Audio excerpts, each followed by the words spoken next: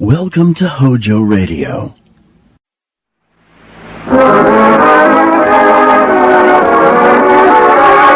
Hello, everybody, hello. Halo is the shampoo that glorifies your hair. So hello, everybody, halo. For softer, lively curls and brighter, sparkling hair. So hello, everybody, halo. Halo shampoo, halo. Our next popular broadcast aired from January 7th, 1941 to October 5th, 1952. It was created by producer Hyman Brown and based on the imprint given to the mystery novels of Simon & Schuster. In all, 526 episodes were broadcast. We proudly present to you Inner Sanctum.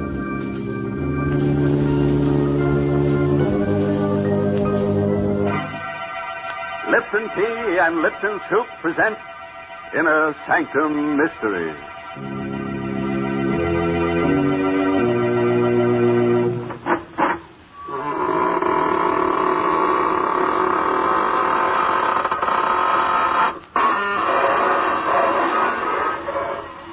Good evening, friends of the Inner Sanctum.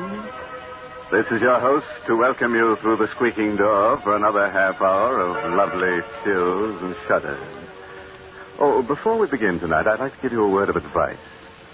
If you should ever walk through a cemetery at midnight and come face to face with a transparent personality floating above a tombstone, don't be frightened.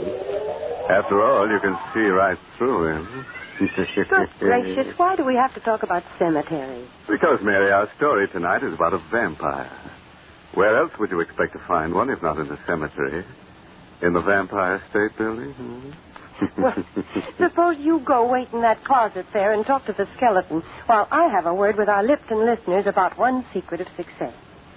You know, folks, when a Hollywood actress climbs up to stardom, it's usually because there's something different about her personality. And that's true of other success stories. Lipton Tea, for example, is the largest selling brand of tea in the world because it's different from other teas.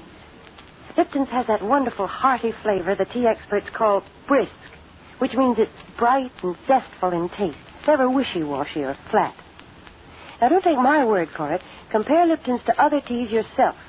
That's the real way to discover Lipton's rich, full flavor, Lipton's extra flavor that brings you all the goodness of a superb tea. It's full-bodied and satisfying, with a smooth, mellow tang that brings you real enjoyment. So pour yourself a cup of Lipton tea, folks, and then see for yourself what a difference that brisk flavor makes. That's fine, Mary, but quietly, my dear. Why the whisper, Mr. Hunt? Don't make too much noise or you'll wake the dead. And we don't want to do that because tonight's story is called The Undead. It's an original radio play by Milton Lewis. Yes, and our star tonight is Anne Seymour, who plays the role of Diana. I was alone here in the penthouse sleeping. The doors leading to the terrace were open. Suddenly, I was awakened by a queer, whirring noise that sounded like the flapping of wings. I opened my eyes. Moonlight filled the room. It was one of those clear, cloudless nights. Yet the winds moaned and howled like weeping women. Somewhere, a dog howled. I sat up, peered into the green light of the moon. Could see nothing at first. I lay down again. My eyes were half closed, and I heard it again. The sound of wings beating on the air. I told myself it was nothing, until out of the queer green shadows that surrounded me like a mist, I saw a pair of blood-red eyes close to my face. No, they weren't human eyes. They were rimmed with green. And they glittered like glass in the dark. I looked closer. Too frightened to move. Too terrified to cry out. The thing that seemed to be flying round my head looked like a bat. Yet it wasn't a bat. Suddenly it floated down. I felt soft fur on my neck. Then my throat was pierced with a sharp, terrible pain. I started screaming, "Let me go! Let me go! Richard! Where are you, Richard? Richard!" Go on, Diana. When I felt your arms around me, I knew I was safe, Richard, but it was the most horrible dream I ever had. Yes, I know, darling. You were hysterical. What do you think it meant? Well, nothing. Nothing, of course, dear. Everyone has nightmares like that sometime or other. But it was so vivid. I could almost swear it happened just as I told it to you. Now, Diana, do you really believe you've encountered a vampire? I know it sounds ridiculous, darling. Listen, baby, you're living in New York City on top of an 18-story building. This is 1945, not the Middle Ages. Well, the whole notion is just rubbish. I tried to tell myself it was nonsense, too. But somehow... Oh, Richard, I want to get out of this place. But why? I don't like this apartment. There's something evil, sinister here. I've always felt it. Now, listen. Listen to that wind. The wind howl around here all the time. Well, naturally, it's a penthouse, and it catches the winds from the river. You hear that? Something flapping on the terrace. That's just the awning. There are always queer noises around here, all the time, and I can't bear it being alone here at night. Richard, please don't let me stay here alone tonight. I can't stay with you, darling. I've got to go to the theater. I don't want you to go there, please. Let your understudy take the part tonight. Take me away from here, far away where it's warm and there's sunlight. Diana, you don't know what you're saying, dear. I can't give up my part in the show. Of course. Of course. Oh, darling, forgive me, please. I'm sorry I ever mentioned it. You do forgive me, don't you, Richard? Say you do. Why, of course. You're just upset over the silly dream. I know. I won't mention it again. You're okay, baby. Well, it's 10 to 8. I'd better get going. Want to come with me? Yes. No. No, I'm going to stay here. But if this place frightens you... That's just why I'm going to stay. And alone. I'm going to beat this thing. Somehow. That's better, darling. Much better. Here's your coat. Right. And you better take your scarf. It feels chilly. Richard. Hmm? I said I won't mention it again, but there's one thing more I have to tell you. That the face of that thing in my dream, it was your face. Diana, in the name of I won't heaven... talk of it anymore, I promise you, darling. I didn't mean to upset you just before you went to the theater. Just kiss me, dear. I'll be all right. I'll be all right. Diana... Good night, dear.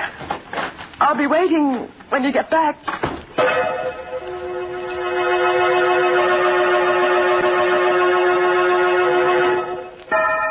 It was just midnight, 2 nights later.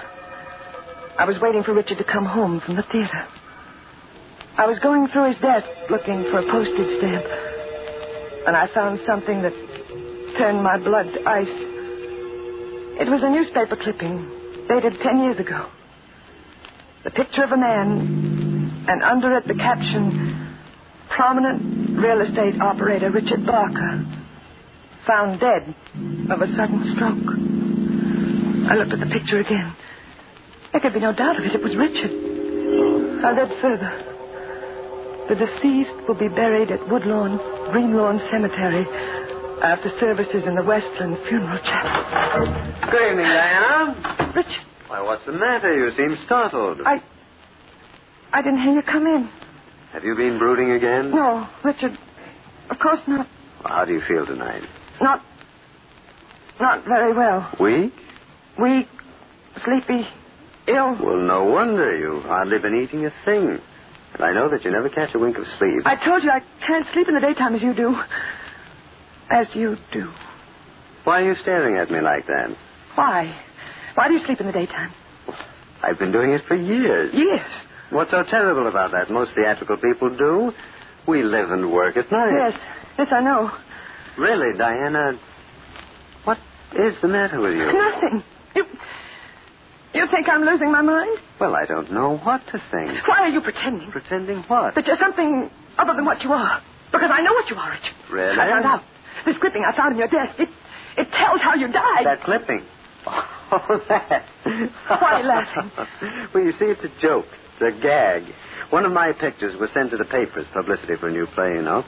And a drunken typester put it in the obituary column. It's quite an amusing story. I don't believe you. You're lying. Listen, you can't go on like this. No, don't touch me. You're not well, Get your darling. hands away from me. But I just want to kiss No, you. no, don't touch me. Diana, where are you going? Out of here. Diana, come back. I'll come back when I've proved something to myself.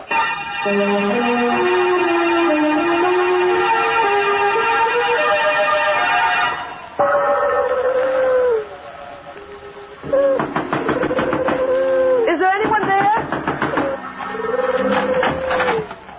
want, ma'am? I'm sorry to wake you up. Are you the caretaker here at Greenlawn? Many years, ma'am. I want to see the grave of Richard Barker. Who are you? Diana Barker.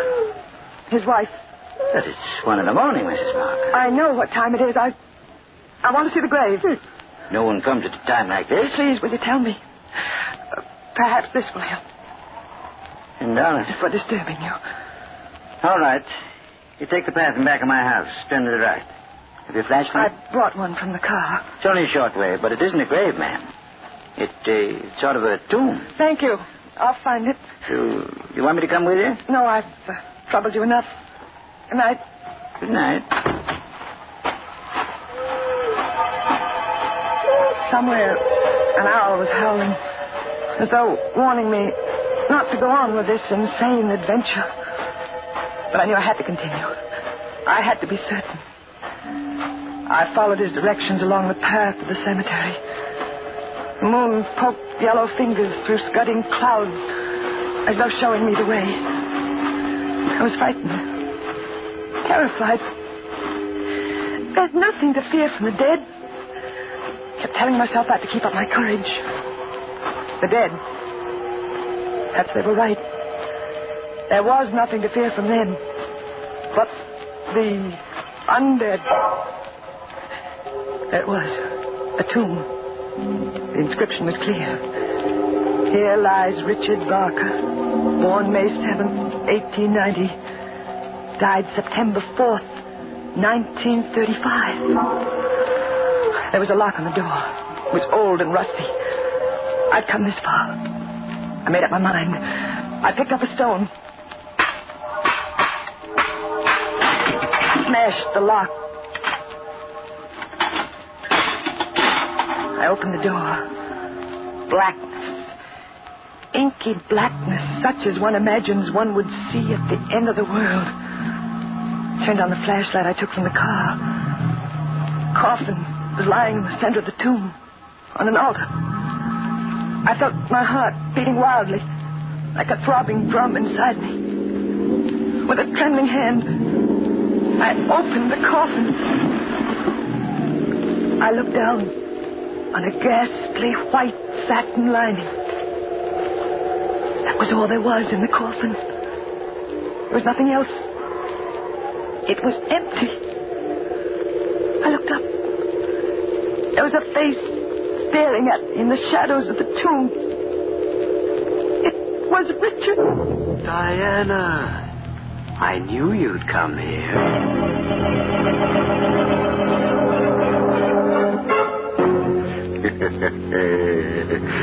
Well, friends, that just goes to show that an empty coffin makes the most noise.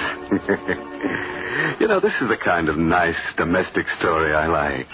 The intimate family chronicle of a vampire. My goodness, is that what you call intimate family life? Why, of course, Mary. It looks like our lovebirds will even share the same coffin. I'm afraid you're drawing a very strange picture of family life, Mr. Host. Right, Mary. And now let's go back to our horrors. Let me see. What dire predicament are we in tonight? Oh, yes. Diana has just discovered that her husband was wandering around his tomb. What would you do in a situation like that? Here's what Diana did. Listen. I ran blindly, stumbling, tearing my clothes. Somehow I managed to reach the car, start the motor. In the car, I knew it wasn't all some dream. People didn't come back from the dead. Did they? Could they? I drove to the city. I wanted to see the lights, people, hear music. I wanted to be sure this was the world I'd always known.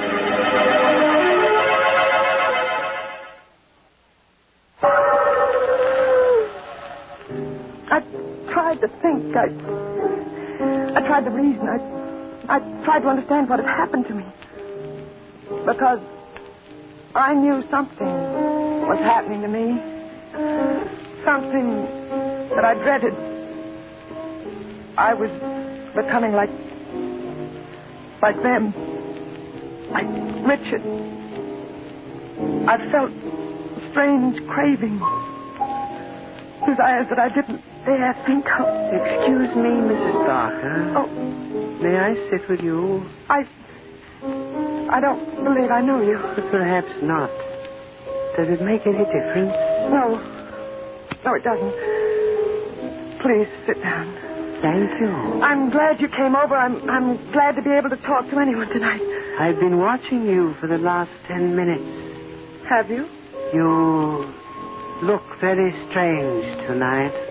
How do you know me? We all know each other. We? Yes. You realize you'll be dead soon. Dead? At least what they call dead. You know what's happened? Oh, yes, of course. I've seen it happening for weeks. Your face became paler and paler. It will not be long now. You will become one of us. I don't want to. It's not in your hands. It isn't true. It can't be true. It's quite true. Many of us have gone on for hundreds of years. Those who sustain us become like us. And I... There is no escape. No, I don't believe it.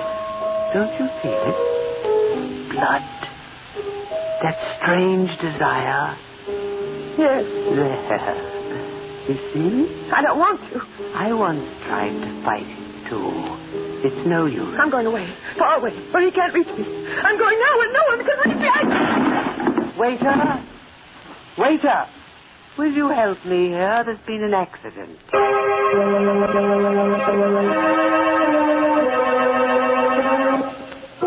Everything is going to be all right, Diana. Just lie here and rest quietly. You're in your own home. I opened my eyes and saw Claudia, my older sister. Never was so glad to see anyone in all my life. Claudia had always helped me, always advised me. She'd know what to do. You want something to eat? No, I'm not hungry. But the doctor said you'd have to eat. How did I get here? You collapsed in a cocktail lounge. They brought you home. When? Last night.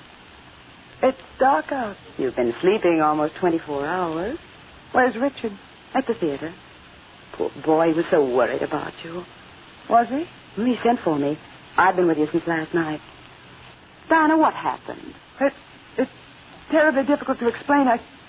I sometimes think I'm losing my mind. I'd be sure that's what it is if I hadn't found out differently. Tell me about it. I found out Richard is dead. He's been dead for 10 years. What are you talking about? It's true, Claudia. I went to Greenlawn. I saw his tomb. I opened it and the coffin was empty. Diana. I know what you're thinking, but I'm not insane. He never sleeps at night. Now I feel this strange craving. Claudia, don't steer. You know what you're saying. Yes, I know it sounds wild, fantastic, but I haven't told this to anyone, but it's true. There are things in this world you only think are primitive superstitions, but Claudia, you must believe me.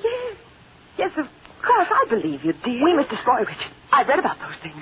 We must destroy him by driving a wooden stake through his heart. That's the only way I can escape from him. That's the only way I can become a human being again. Diana. You'll help me, Claudia. Of course, dear. Haven't I always helped you? Where are you going? Just to fix you something to eat. No, you're going to leave me. Leave me here alone with him. I won't let you do that, Claudia.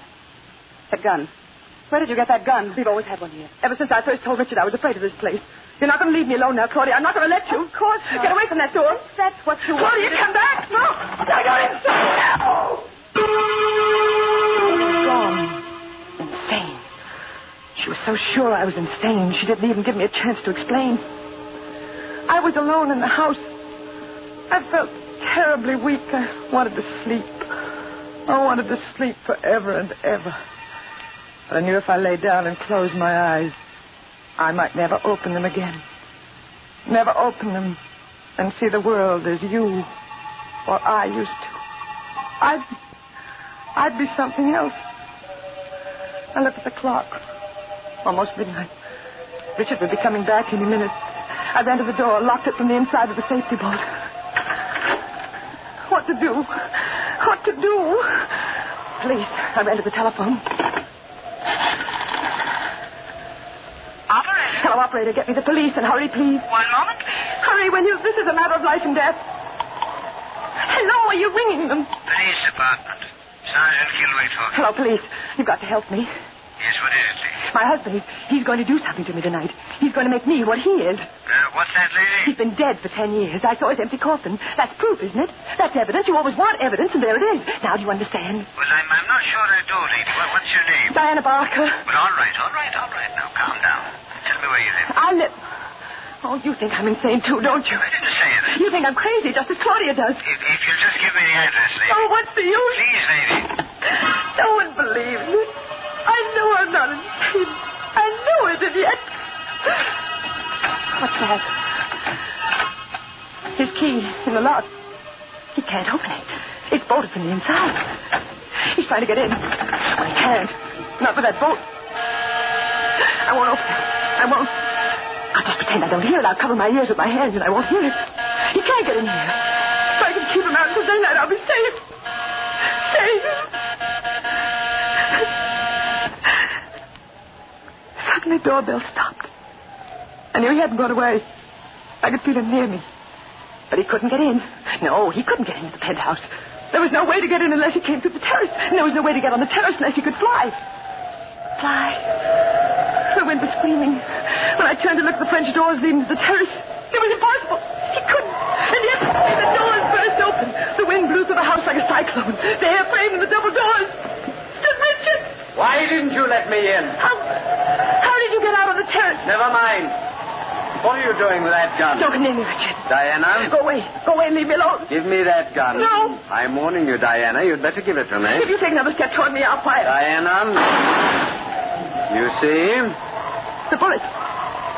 They didn't harm you. No. But I didn't miss. No. Empty. You see? It didn't do any good. What are you going to do? I'm going to put an end to this once and for all, Diana. An end? And I've prepared for this. I have a knife.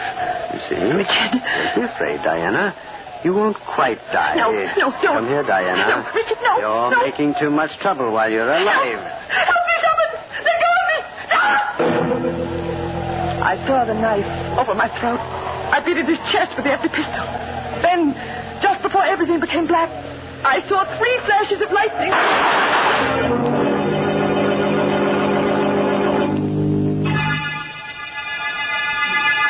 Go on, Mrs. Barker. When I woke up in the hospital, Inspector, I couldn't believe that I was still alive. It seemed like a miracle. You would have been dead if it wasn't for your sister. Claudia. She came back with one of our men. He shot and killed your husband just as he was about to plunge the dagger into you. But how did he get in? He came over the adjoining terrace from the penthouse next door, just as your husband did. No, Mrs. Barker.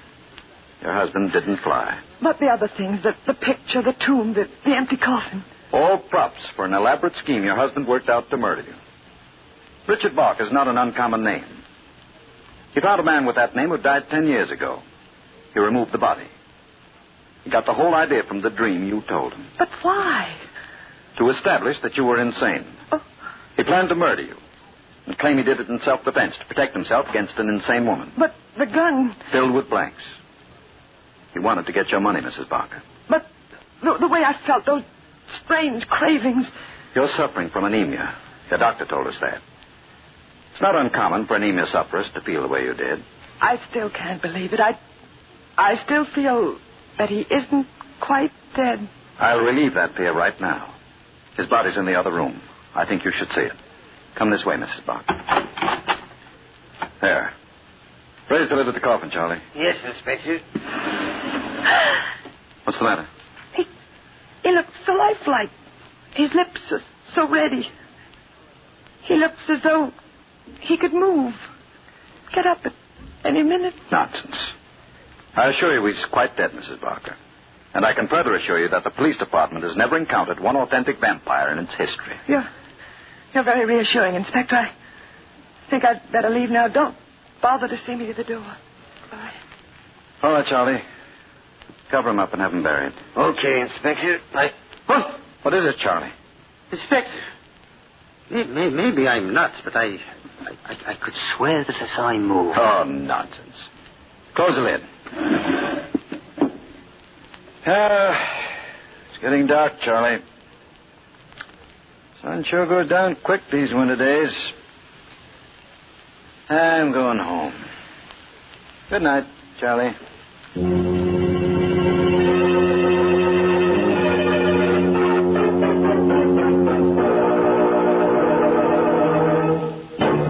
Well, friends, do you think Richard is really dead? Oh, that's something for you to sleep on when you go to bed tonight. Oh, and by the way, we have a moral for tonight's story. Yes, it's taken from a diary of Miss Delirium Tremens, who once said, "Never marry a vampire. He may turn out to be 500 years old without a social security number to his name. And how can a girl have any fun going around with a guy like that?" Well, Mr. Host, I don't think that's a serious problem. I'm positive that no girl will ever meet a vampire, much less marry one. Ah, but you can't be sure, Mary. The safest thing is to drive a wooden stake through your husband's heart. Yes, if he dies, then he must be a vampire. Oh, such foolishness. Let's forget all this talk about vampires, because I want to tell the folks about something wonderful that's going to happen next week. And next Tuesday's Christmas, you know. So instead of our usual mystery thriller, Inner Sanctum will bring you a tender and beautiful Christmas play called The Littlest Angel. And our star will be that great and beloved actress, Helen Hayes. So be sure to tune into this station at the regular Inner Sanctum time next week. I promise you, The Littlest Angel, starring Helen Hayes, and brought to you by the makers of Lipton Tea and Lipton Soup, will be the crowning pleasure of your Christmas day. That sounds great, Mary. You know, Christmas is really wonderful. There's something about it that gets even the most hardened characters. Oh, by the way, this month's Inner Sanctum mystery novel is The Fearful Passage by H.C. Branson.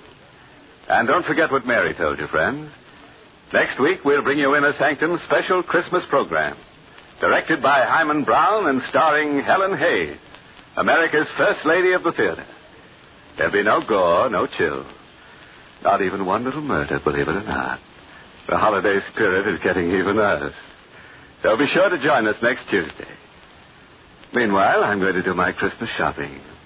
You know where I can get a nice fur-lined coffin for a cold-blooded friend?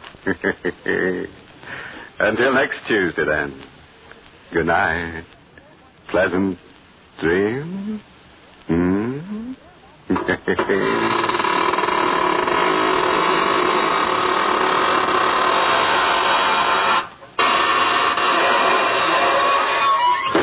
Calcium helps grown-ups to a more vigorous life. And now there's calcium in hot wheat meal. Calcium helps your body run smoothly. And now there's calcium in hot wheat meal. Calcium helps you to enjoy a more active life. And now there's calcium in hot wheat meal. Yes, a 1-ounce serving contains 1/3 of your daily calcium needs. And Post Wheat Meal is a whole wheat cereal, creamy, smooth, delicious, cooks instantly. Get new Post Wheat Meal with more calcium than any other cereal, hot or cold. HOJO Radio. We're your old-time radio headquarters. Stay tuned. Lipton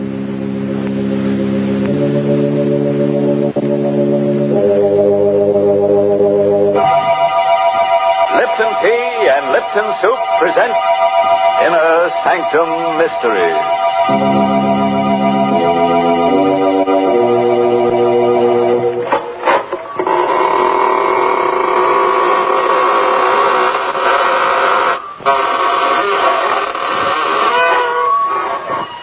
Good evening, students of the mystic marvels of manifold murder. This is your host, extending a cordial invitation to step through the creaking door of the Inner Sanctum, where we probe deep into the dark and cavernous depths of men's souls to see what makes them kill. Our clinic here is the whole vast world of crime. And you who listen in may hear us dissect our characters at a safe distance. And unless your nerves are strong, you'd better take my advice and keep your distance. Why, Mr. Host, that's not the kind of advice to give folks. It sounds unfriendly. Well, what would you suggest, Mary? Well, give them some sort of friendly advice. Like pointing out to them the extra delight they'll get from a cheering cup of Lipton tea. Then go on to tell them why Lipton's is so downright delicious. Tell them that the reason is Lipton's brisk flavor. And don't forget to mention that brisk is the tea expert's own word for the spirited, full-bodied flavor of Lipton's. So refreshing and so zestful. Explain that Lipton's brisk flavor is never flat, but always lively and satisfying. And in closing, remind them to try Lipton soon, because in every cup of Lipton's there's extra enjoyment. And now that's the kind of advice you should give folks. Well, Mary, you seem to have given it to them already. So we can go ahead and get launched on Skeleton Bay. That's the title of tonight's story. An original radio play by Emil Tepperman. It's about a lady novelist, a writer of mystery stories. It opens at a swanky hotel with private cabins situated on a storm-swept rock-bound coast. The story itself is all about... you guessed it. Murder. Here's Betty Lou Gerson as Carol De Winter, the lady novelist, who will give us a blow-by-blow description. I'll tell you first about the night I met Michael Barrett. It was in August at Skeleton Bay. I'd come to the hotel supposedly for rest. That was what I kept telling myself. But in reality, I didn't know why I'd come here. I'd seen the name advertised months ago. Since then, it kept hammering at the inside of my brain. It's like the voice of implacable fate commanding.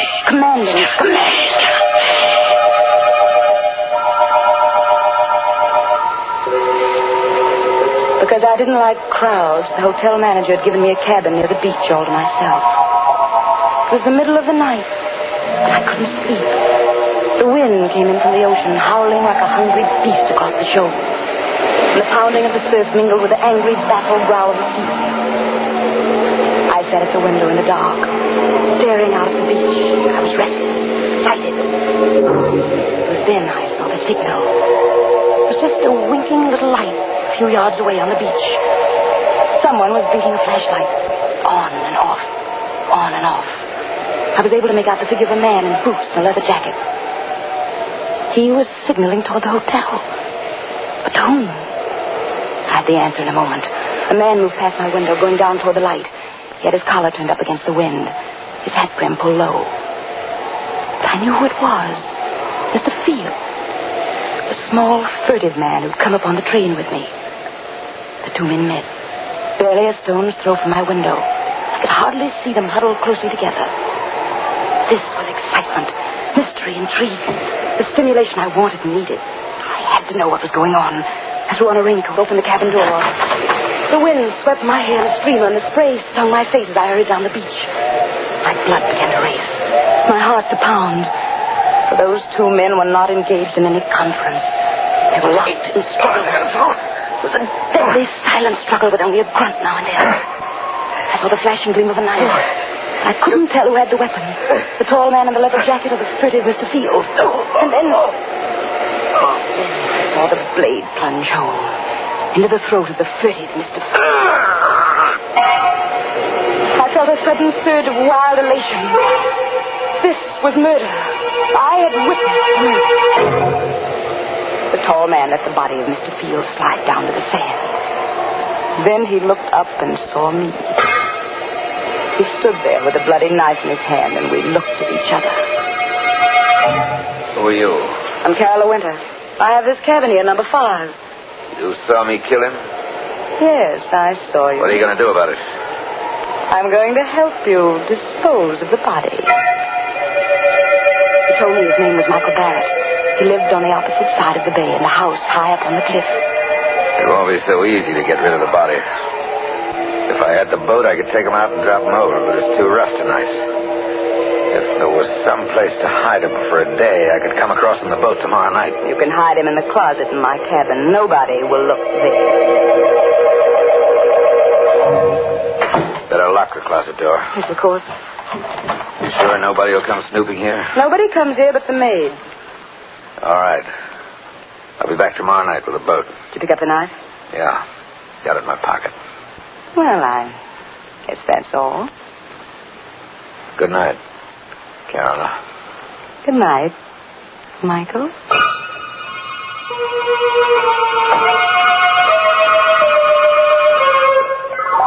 All night I sat up alone, with the locked closet door between me and the staring, sightless body of Mr. Field. At breakfast the next morning, they'd already discovered the disappearance. And the maid says his bed wasn't slept in at all. Like he could have committed suicide in the ocean. He was such a... I hurried through my breakfast listening to the gossip all around me. Now, in broad daylight, I hardly believe the thing had really happened last night. You know, the hotel manager thinks it might be murder. I heard him phoning for the police. The police? I I hadn't counted on that. Anything wrong, my dear? You look sick. I do feel a bit dizzy. I think I'll get some fresh air. Oh, poor dear. It must be quite a shock to her. She came up on the train with Mr. Fields, you know. Out in the open air, I let the wind cool my fevered face as I hurried down toward the beach. It was only 9:30 in the morning. A whole day. A whole evening before Michael could come for the body. And the police would be around all day investigating, snooping. And all the time, Mr. Field would be sitting in my closet, staring blankly out of his sightless eyes. When I reached my cabin, I put a hand on the doorknob. Suddenly, I went cold all over. The door was unlocked. I stood still as a statue, listening. Yes, there was someone inside. Someone moving around. I only had my handbag. I had a pistol in it. I always carried it for protection. But my handbag was inside on the dresser. Slowly, I pressed the door open. Half inch, an inch. And then the door creaked. Is that you, Miss Winter?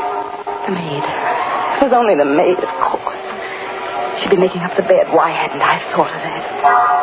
Miss Winter, is that you? Yes, it's I. What are you doing in that closet with those keys? Why, they're just my pass keys, Miss Winter. I was just going to tidy up the closet. I didn't ask you to do anything to the closet. Well, but that's part of the job, Miss Winter. I'm supposed to do that in all the rooms. Oh, you leave this one alone. Keep away from that closet, do you hear? Yes, Miss Winter. But I was only trying to help. I want your help. I'll ask for it. Now, please leave at once. Just as you say, Miss Winter. I'm sorry if I did anything wrong. Did she suspect anything? I hadn't liked her tone. Why had I been so sharp with her? Now she'd surely think there was something in the closet. Something she shouldn't see.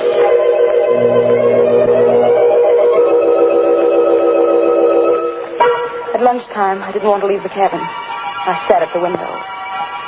And I could almost feel the sightless eyes of Mr. Field staring at me through the closet door. Someone at the door. Who? Just a minute. Miss Winter? Miss Carolyn Winter? Yes, Miss Winter. I'm sorry to trouble you, Miss Winter. I'm Detective Sergeant Smith from headquarters. May I come in for a moment? Oh, yes, please do. What can I do for you, Sergeant Smith? We're out here investigating this Field business. He hasn't turned up yet. Oh, I'm sure he will in time. Well, I wish I could be so sure, Miss Winter. What do you mean? We've gone through his room. Found some mighty queer things. Queer things? It seems this Mr. Fields in some sort of racket. There's a good chance he may have been murdered. Oh, you don't say. I understand you came up on the train with him. Yes, that's true. Did you have any conversation with him on the train? No, none at all. You're the Carolyn Winter who writes the mystery novels, aren't you? The same. Yes, I've read every one of them. They're darn good, Miss Winter. Why, thank you. Do you think you'll get a plot out of this? Mr. Field. Why, I can't tell yet. I wish you'd keep me posted on developments in case it does turn out to have a plot. Well, I sure will, Miss Winter. By the way, we found this picture among the papers in Field's room. I'm showing it to everybody around in case they might recognize it. It's an old newspaper item, about 10 years old.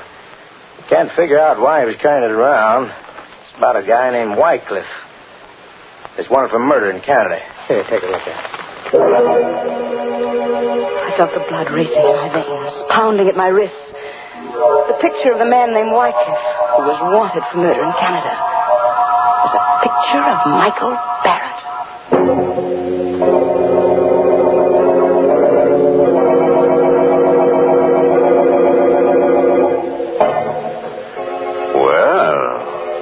It looks as if Michael Barrett is a lucky guy. With a beautiful woman ready to commit murder for him. But what'll he do when she runs out of victims and begins looking at him with a calculating eye? As for Carola, she sinned heavily. Because murder is the greatest sin. Yes, if you ask me, she'd better hope for a depression, then all wages will go down, including the wages of sin. Well, I never knew that murder and economics were related, Mr. Host. Oh, definitely, Mary. Take the high cost of living, for instance. Why, those prices are murder. Oh, yes, Mr. Host, it is difficult when the cost of living starts to climb. But then, so often, the things that really add up to good living are just simple, inexpensive pleasures. Like that piping hot cup of Lipton tea that many of us find waiting when we come down to breakfast each morning. As you read the morning paper and sip that cheery cup of Lipton's, the whole world seems brighter. It's simply wonderful the way that lively, spirited Lipton tea gets you off to a fresh start. For Lipton's brisk flavor gives you all the natural zest of tea at its best. Gives you extra delight, extra satisfaction. So remember this, folks. At breakfast time, dinner time, or any other time when you want a grand, refreshing drink, pour yourself a cup of Lipton tea. And now, let's get back to the rock-bound coast of Skeleton Bay and see how Carola entertains the grisly guest in her closet. I don't remember now how I got rid of that Detective Smith. I told him I'd never seen the man in the picture and sent him away. The day was interminable. From my window, I could see the guests moving about the beach. But none of them went in swimming. The weather was too rough. I wondered if Michael would be able to bring the boat over tonight. If not, how much longer could I sit guard over Mr. Field in the closet? Now and then, I'd see Detective Smith poking around on the beach. And then, without warning, he was standing over the very spot where Michael had stabbed Mr. Field. I watched him bend down and examine something. Was there a telltale drop of blood there? Did Smith know that was the murder spot? I saw him frown. Then he stood up, walked quickly away. I had to know what it was he'd seen there. I slipped on the coat, went out. Started toward the spot on the beach. Going somewhere, Miss Winter? Oh, it's you, Detective. Going anywhere in particular? No, I'm just going up to the hotel for dinner.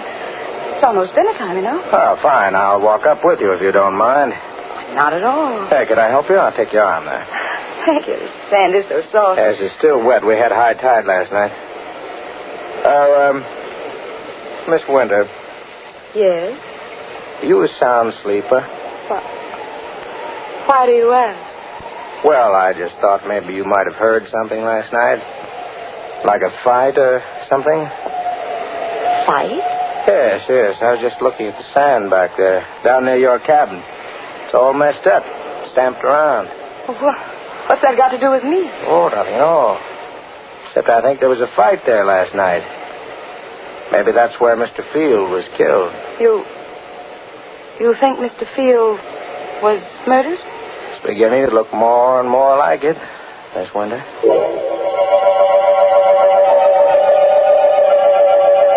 Somehow, I don't know how I managed to get through with the dinner. I hurried back to the cabin. Stopped at the door, shocked and unbelieving. There was a light inside. Someone was in there. This time I had my handbag with me. I took the pistol out. Once more, I inched the door open. It happened. The thing I feared. The closet door was open. And there was the maid, stooping over the body of Mr. Field. What are you doing there? The body. It's Mr. Field. You killed him. Suppose I did. What are you doing with that gun? What do you think? No! Oh. The wind was high, and the weather was rough. Unfortunately, no one heard the shot. I pushed her body into the closet next to the body of Mr. Field and closed the door. Now I was a murderer, too.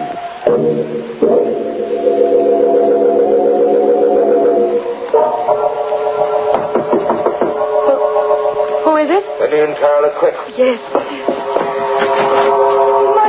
Michael, I thought you were coming. It's been a terrible day. What happened? Come here, I'll show you.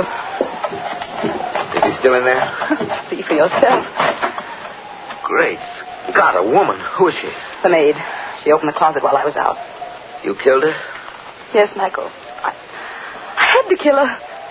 There are detectives at the hotel looking for Mr. Field. I suppose if I was smart, I'd kill you, too. And there'd be no one to talk. Yes, Michael, that would be smart. Go ahead. Kill me, if you can. I knew he couldn't kill me because I'd seen it in his eyes. We were two of a kind, both wild, both reckless, both eager for the thrill of danger. He, too, wanted to be like the wind. We'd both been brought together here by some force stronger than either of us. And we loved each other. Carla, darling. Michael. No more now, Michael. We have work to do. Yes. I'll take them down to the boat. I'll help you.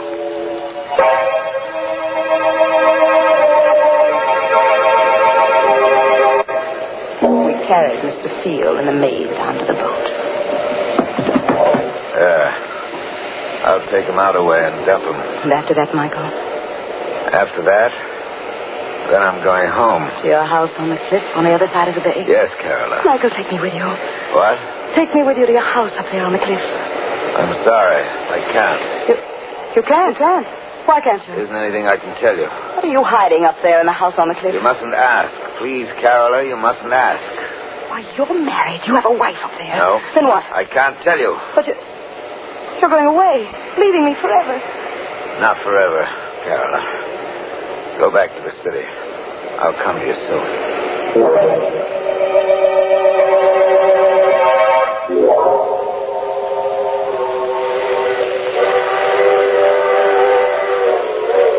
I returned to the city and waited. I waited a week, a month. But Michael Barrett did not come. I wrote to him, but there was no answer.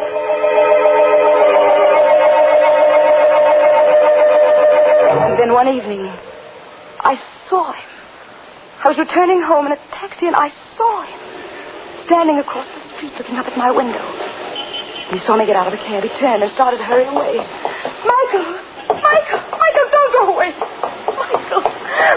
A swell dish, folks. It's easy to make and mighty easy to take. Lipton's Noodle Soup. You can prepare it in a jiffy, and the whole family will love its delicious chickeny-tasting broth, so full of tender golden noodles. Lipton's Noodle Soup has all the fresh-cooked, homemade flavor of grandmother's noodle soup. Yet it's economical. It costs less and makes lots more than canned soups. So get Lipton's Noodle Soup Mix tomorrow. And don't forget to tune in next Tuesday night for another Inner Sanctum Mystery. This is CBS, the Columbia Broadcasting System.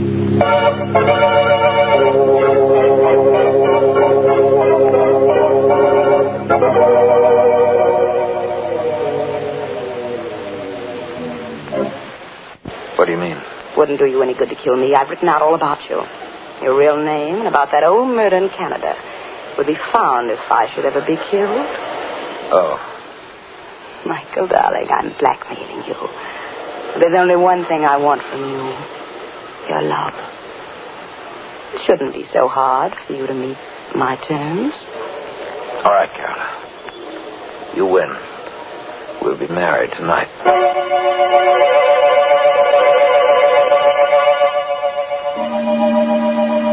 Soon after we were married, Michael began going out evenings. Once, sometimes twice a week. Staying out all night. He'd return late the next day. When I asked where he'd been, his temper would flare up into something terrible. I stopped asking, but I couldn't rest. I had to know where he went. One evening, I followed him. He boarded a train for Skeleton Bay.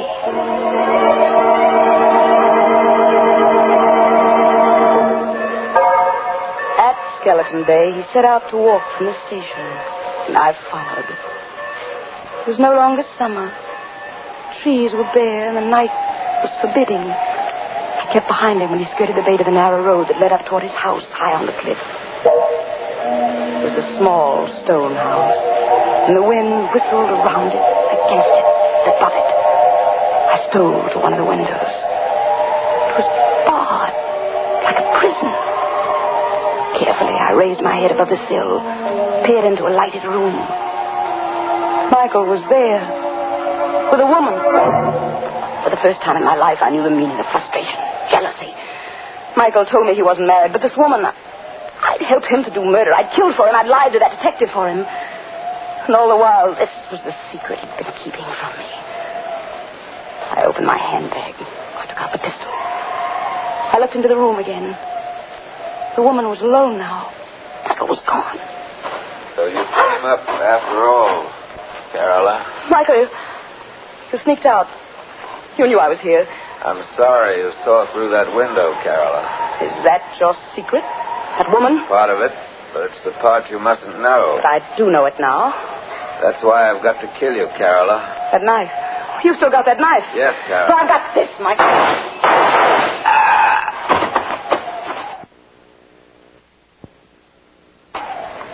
He fell at my feet. I looked down and watched him die.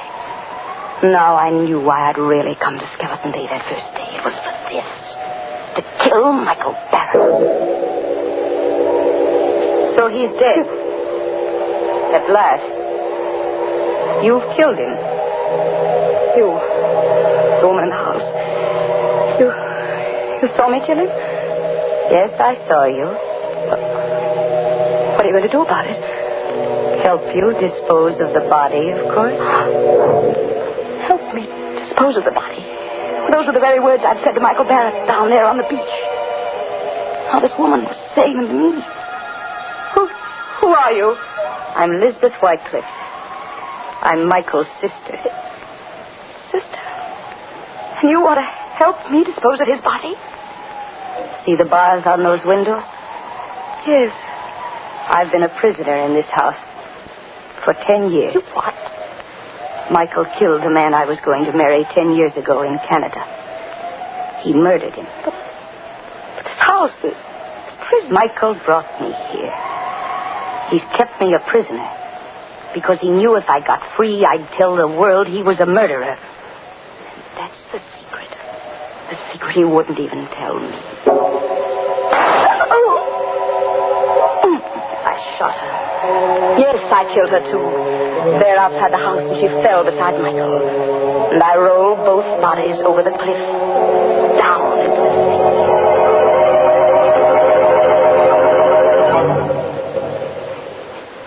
This is the end of my book. The best mystery novel I've ever written. I know that in writing it, I deliver myself into the hands of the law. But I can't stop. I can't help myself. So now, I'm finished.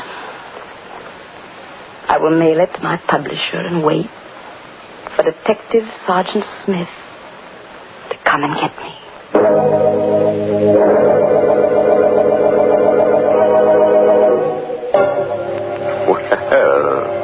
It looks as if Carola's mystery novel will earn a lot of money after she's executed. Yes, but I'd say it's tainted money. Why tainted? Because she'll be dead, and a ghost can't own money, so taint hers.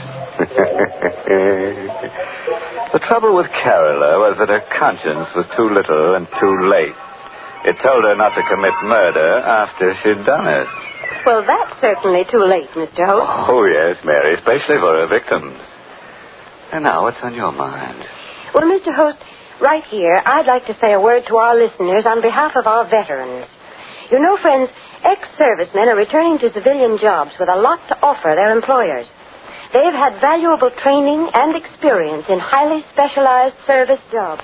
Many of them were able to keep up with their civilian jobs and learn new trades through special correspondence courses. And they're coming home fully equipped to do the same fine job as civilians that they did in the services. So let's give them every employment opportunity to put their increased skill to work.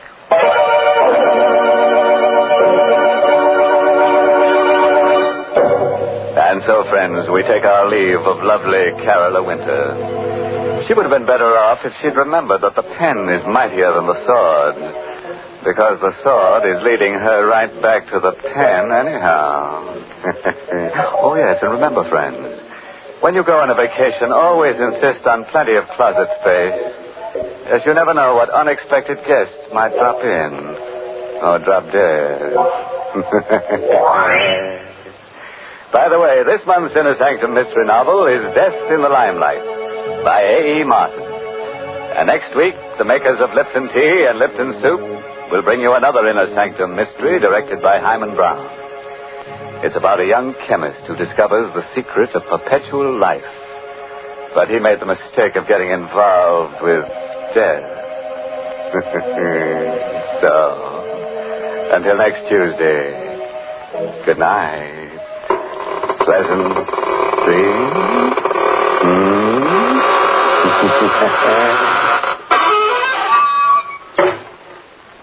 Here's a swell dish, folks, that's easy to make and mighty easy to take.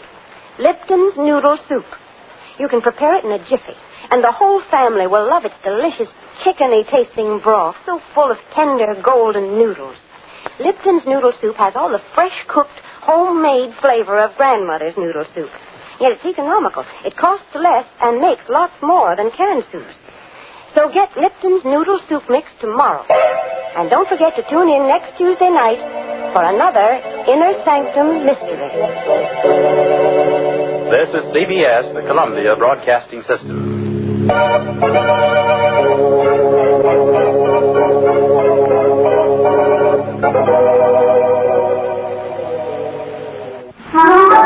Never borrow money needlessly, just when you must. Borrow them where loans are a specialty from folks you trust. Borrow confidently from HFC. Household Finance Corporation offices are listed in your telephone book. Our next broadcast is a supernatural fantasy series that ran from 1943 through 1945. There were 78 episodes produced altogether. The show's strength was stories from famous writers of the two genres, including Robert Louis Stevenson, Victor Hugo, Edgar Allan Poe, and even Charles Dickens. One of the more unusual aspects of the show was that there was no music, other than between scenes. Some have claimed that this lack of music helps to keep the show from being dated, as it remains fresh to this day. We present to you The Weird Circle on HOJO Radio.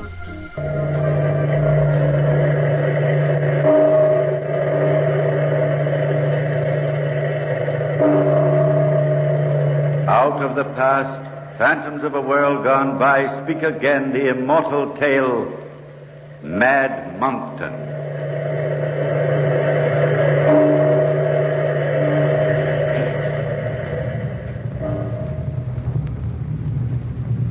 When in Wincot Vault a place waits for one of Monkton's race, when that one forlorn shall lie graveless under open sky, that shall be a certain sign of the end of Monkton's line. From mortal ken, from light of day, Monkton's race shall pass away.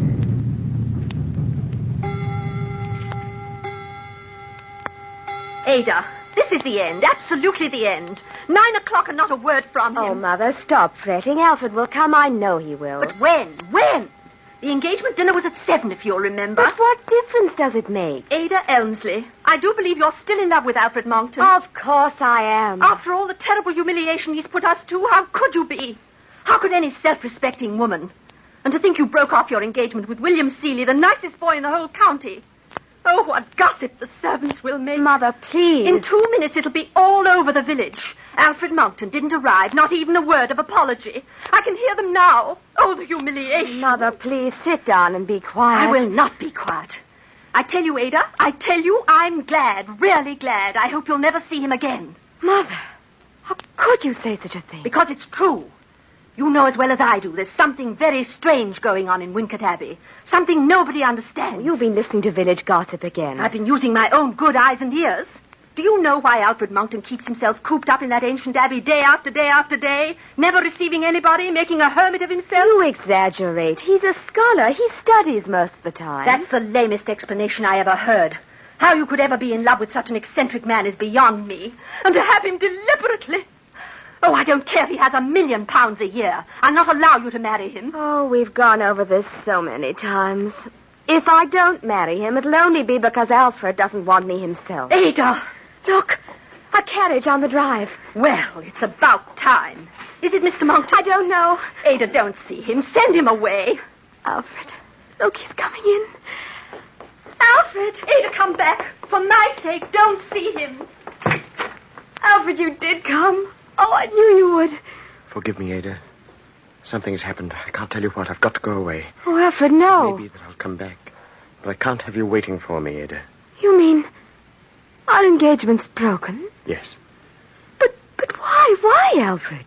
I can't tell you now. But when will you return? I don't know. It may be a long time. Forgive me, Ada. Forget me. Oh, no. How could I? How could I do that? Alfred, I'll wait. Time doesn't matter. I'll wait for you. I do love you, Ada. I do. Somehow I'll come back again, I promise. Living or dead, somehow I'll come back to you.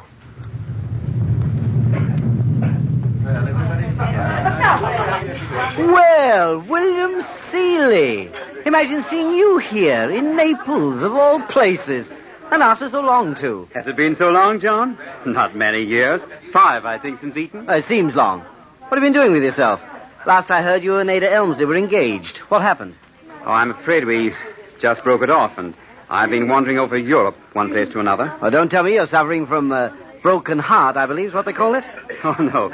Just wanderlust, I think. At least that's what brought me here to the garden of the Villa Real. And a lucky thing, too. Let's drink a toast, shall we? I said... Oh, something the matter? Huh? No, not really.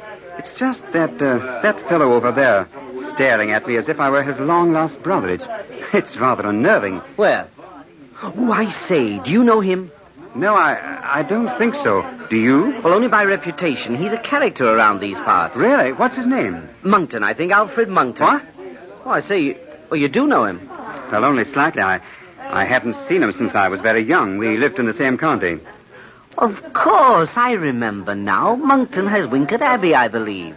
Yes, and also Ada Emsley. Oh, I say. Oh, you mean they're married? No, just engaged. I wonder what he's doing here. Haven't the slightest notion. Well, look there. He's written a note. He's given it to the waiter. Yes, I noticed. And the waiter's coming to our table. Mr. William Seeley? Yes. The gentleman just leaving, the one over there, asked me to give you this. Thank you. You're welcome, sir. I wonder what Monkton wants with you. Well, we'll soon see. Here, let's read it. If you are the William Seeley from Wiltshire County, England, will you do me the honor of calling at my flat this evening just before midnight? My need of a friend and confidant is urgent, and I shall be ever grateful for your compliance.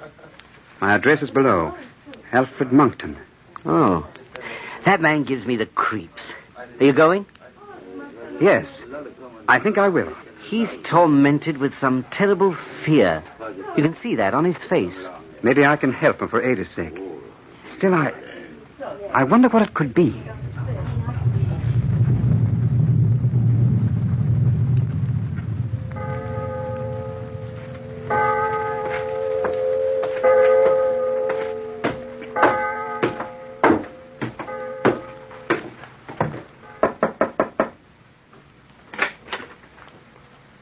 You are the William Seeley from Wiltshire. I knew it.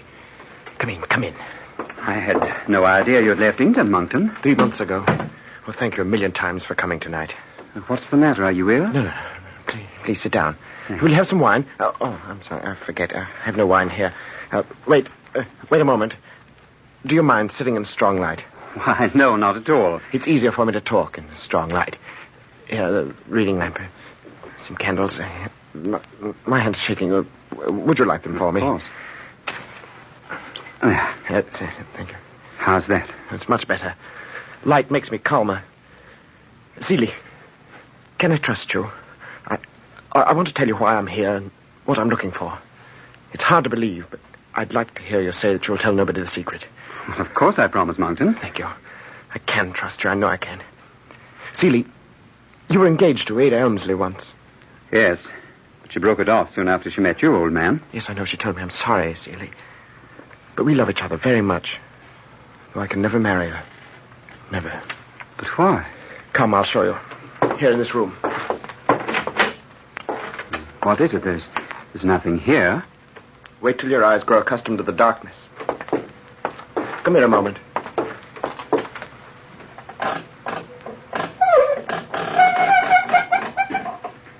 Look. Long box. Why, Monkton, it's an empty coffin. I take it with me wherever I go. Every moment of my life is built around this casket, Seeley. Because I'm searching for the body of a dead man. Whose body? Stephen Monkton, my uncle. The coffin's for him. Come. Let's go back to the light.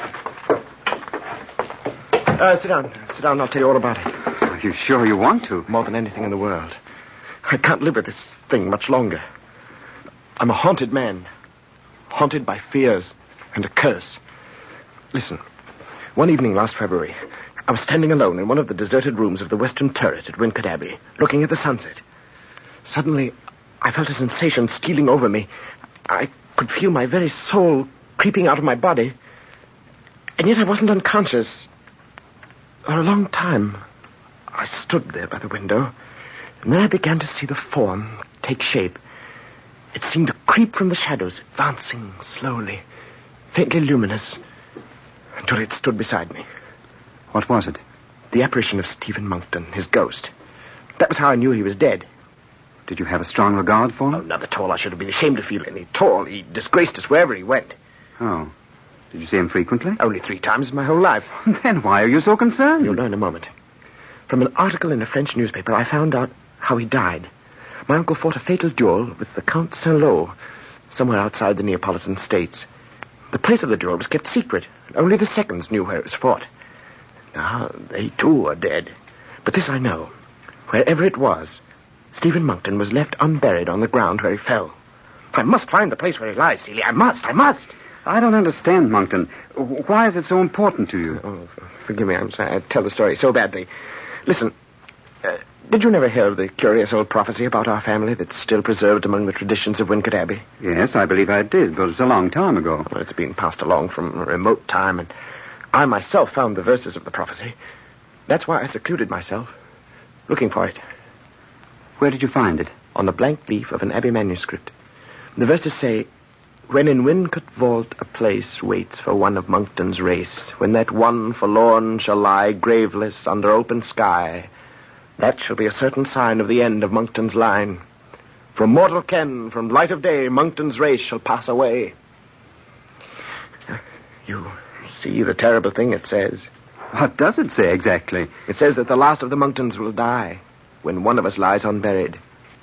I am the last Monkton, and every member of the family lies in the vault of Wincott Abbey, except one. The prophecy dooms me to death, even if I find him. Now you know the story, and why I can never marry Ada.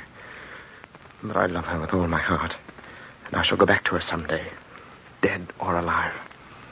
Are you afraid of dying because of this superstition? No, not of dying, Celia. I'm afraid of living, of being tormented if I do live. If I set out tomorrow to look for my uncle's body, where do I go first? Where? Oh, Celia, what am I to do? You know how to help me. This misery has made me unable to help myself. I'll help you, Monkton, whatever way I can. It seems to me... Yes? Well, it seems to me logical to suppose that the duel was fought somewhere near the Neapolitan frontier. Hmm? So, if I were looking for the place, I'd follow the frontier to the lonely mountains, asking every native if he had seen 2 carriages on the road last February. Surely then you'd come across some clue. You're right, Celia. It's an inspiration. Come with me. Please come with me and help me find the dead man. Will you, Celia? All right, Monkton. I'll help you. But tell me one thing. Why did you say you're afraid of living, of being tormented if you do? Because I'm never alone, except when there's strong light in my eyes. What do you mean? I mean his ghost standing beside you now. A death glare in his black eyes. For ever since the day he was murdered, waking or sleeping, day and night, Stephen Monkton's ghost is with me wherever I go, screaming for me to bury the unburied dead. Bury the unburied dead, Alfred Monkton. Bury the unburied dead.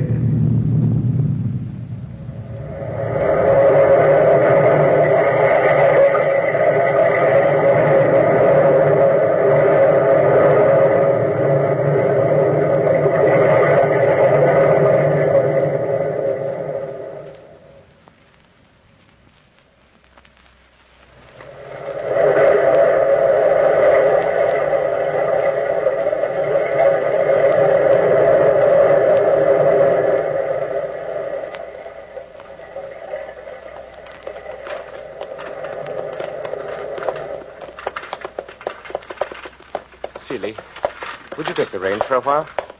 What's the matter, Monkton? You look tired. Oh, it's nothing. The search just seems so hopeless.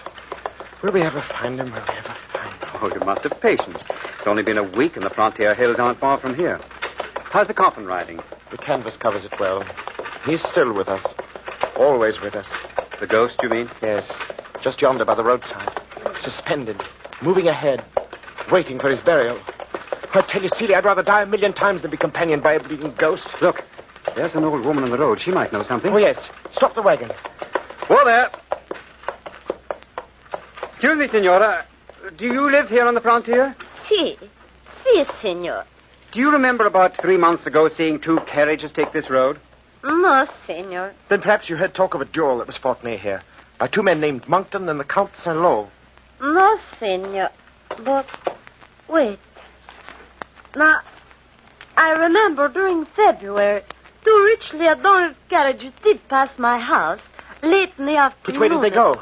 They were headed for the hills and very fast. Thank you so much. Celia, what luck. Let's go, quickly. Monkton, calm yourself. All day you've been tense, and I know you're feverish. I'm all right, I tell you. If we hurry, we can make the hills by sundown. Let me have the reins. Get up there! Get up!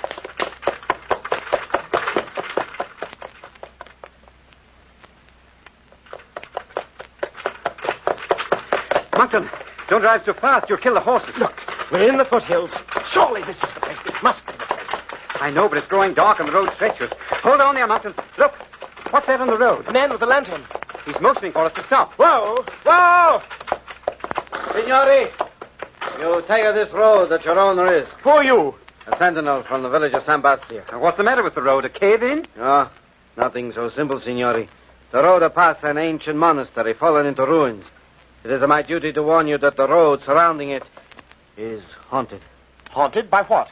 By a witch that scream in the night. The people here will not go near the wood. So frightened are they. Celia, we found the place. We found it. But we must go on, Senor. We're not afraid. Thank you for warning us. You go at your own risk, then. And God will protect you. Get up there!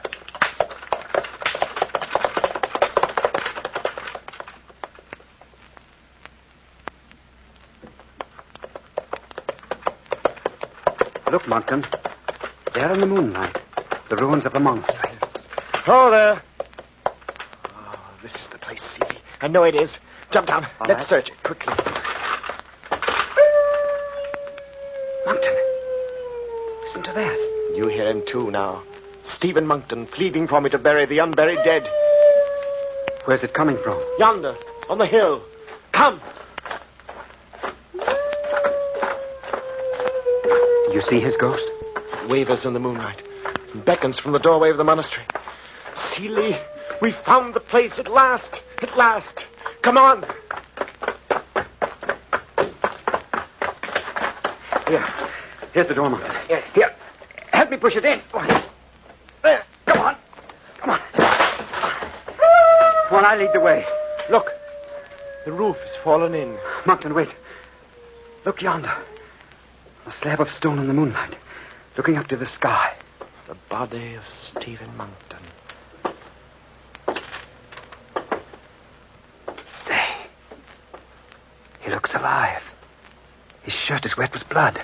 So he would remain forever, left here, uncovered to the sky. When we place him in the vault at Wincott Abbey, his body will crumble, and he'll be dust again. Come, it's a long way to England. Let us fetch the coffin.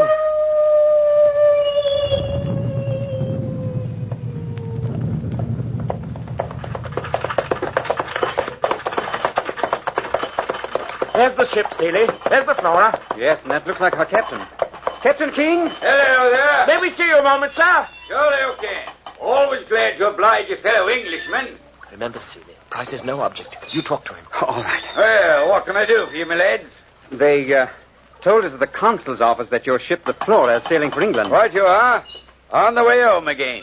Well, we're rather anxious to get to England ourselves, Captain. Will you take us? We'll pay whatever you ask. Well, now, can always use a few extra shekels. But I say, what's in that box on your wagon? It's an antique statue, a treasure of art, Captain. We're taking it back with us. Oh, well, now, I think we can arrange passage all right. How about £50 for the lot of you? Yes, I think that's agreeable.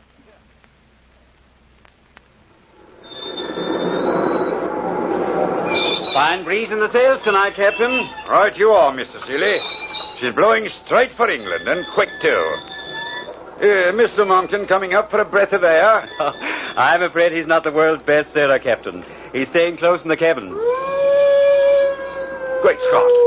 What's that? Sounds like the very devil a wailing in the night. Yes, so it does. Excuse me, Captain, I think I'll go below. Jonesy! Hear that wail like a blooming banshee? Aye, sir? Find out where it came from.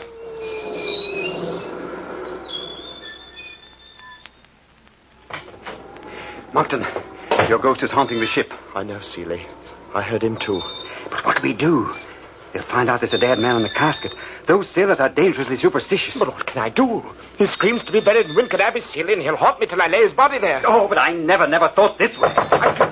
Mr. Monkton, open the door. Seeley, that's the captain. Come in, Captain. There's something wrong among the men. They're silent and afraid. One of the Maltese boys is saying there's a dead body in that packing case there. Is he right? No, Captain. It's only a harmless marble statue. Well, I wish one of you'd contradict the boy, then. The men are a parcel of fools who believe in ghosts. There might be trouble if this keeps up. We'll speak to the men, Captain. Fine. But do it soon. Because another hour will see you through Gibraltar Strait and in the open sea. Good night. Good night, sir. Seeley, did you hear that? The open sea, then England. But the crew, the captain's right. Monkton. No, wait. Believe me, it's best to wait. Look, the sun's coming up, and the ghost will be silent until nightfall. Then we'll be in sight of England, and it'll be done, Seeley. It'll be done.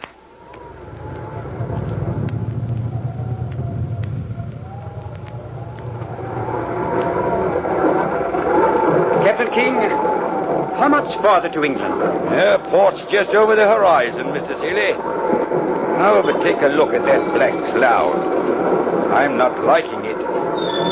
You men, go aloft there. Take in that sail. But what is it, a squall? The likes of which you'll never see again, I'll wager. Blast those seamen. Tempers are up because Mr. Monkton's stubborn silence. Get a move on you there, you men. Better get below, Mr. Seeley. We're beginning to roll.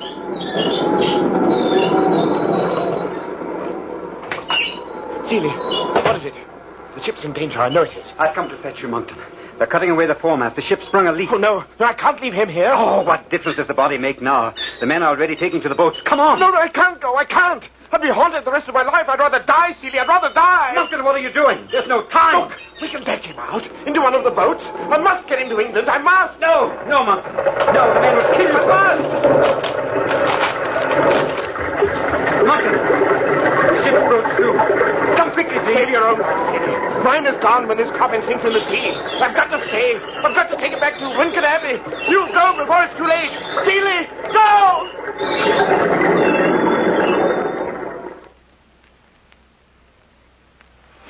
From the bottom of the sea, Alfred Monkton walked to the land of England and bury the unburied dead. Walk with the brine of the sea in your eyes and the body of an unburied Monkton in your arms. Walk to the vault of Wincott Abbey where peace is and death. Bury the unburied dead Alfred Monkton at Wincott Abbey, and give my ghost eternal peace. Bury the unburied Monkton dead.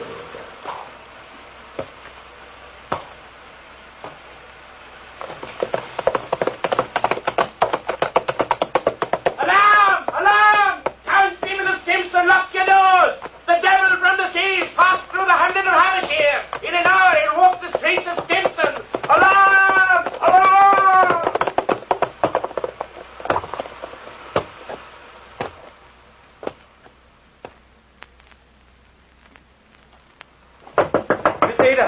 Miss Ada, open the door. It's William Seeley. William, what's the matter? Come with me quickly. Alfred Monkton's returned to England. You can help him if you only come quickly. Alfred! Oh, what's happened, William? It's nearly dawn. Where is Alfred? We were shipwrecked tonight in the Channel. A merchant ship picked up most of the crew. But Alfred was left aboard. Oh. I thought he had drowned, but somehow, in some incredible way, he got ashore. But where is he now? On his way to Wincott Abbey. Oh, please, come quickly. We can meet him there. I have a carriage waiting. Wait, I'll get a wrap. Oh, William, I knew Alfred would come back someday. I knew he would.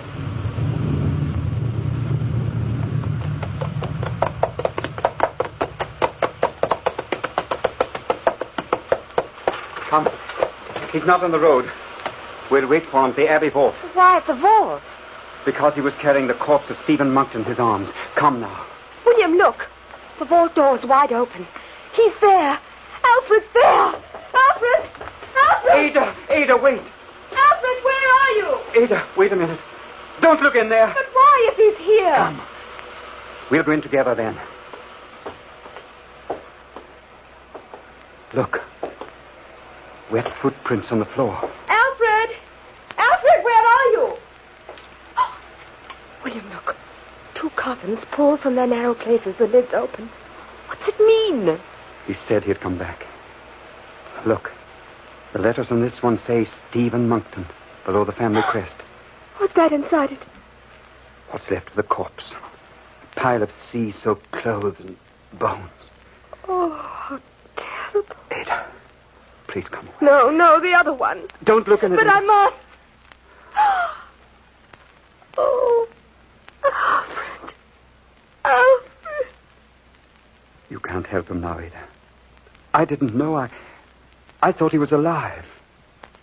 But he was drowned in the channel. Now their ghosts will not walk the earth, screaming for a place of burial. He had to come back to Wincott Abbey. Even death could not stop him. Oh, Alfred. Why? But why? Come away and I'll tell you. Now the last of the Monktons is tormented no longer. He rests in peace. Come, Ada. Look. The sun is coming up.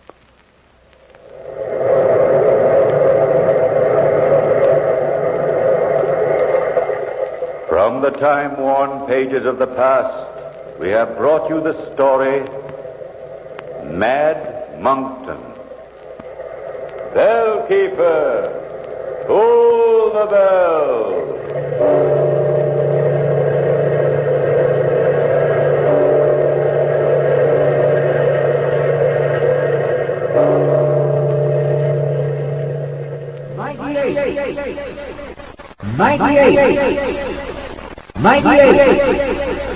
It's here now. New 98 Super Premium at the red, white, and blue Ingram sign. Power plus economy at your friendly Ingram oil dealers now. Here's a man that really appreciates that new Ingram power. Take a tip from me, Harlan Hill up the Chicago Bears. I'm a professional practice saver, and the red, white, and blue Ingram disc is the best catch I ever made. You can get Ingram's new 98 Super Premium gasoline at your friendly Ingram dealers today. This is another forward step by Ingram, a company that is producing for the present and planning for the future. Remember, you get power plus economy when you fill your car with Ingram's new 98 Super Premium. Watch for the Ingram sign. Get more gold for your dough with Ingram's new 98 Super Premium at the white Ingram pump with the red top. Get Ingram 98 Platinum Treated Gasoline at these friendly Ingram dealers. Stay tuned to HOJO Radio.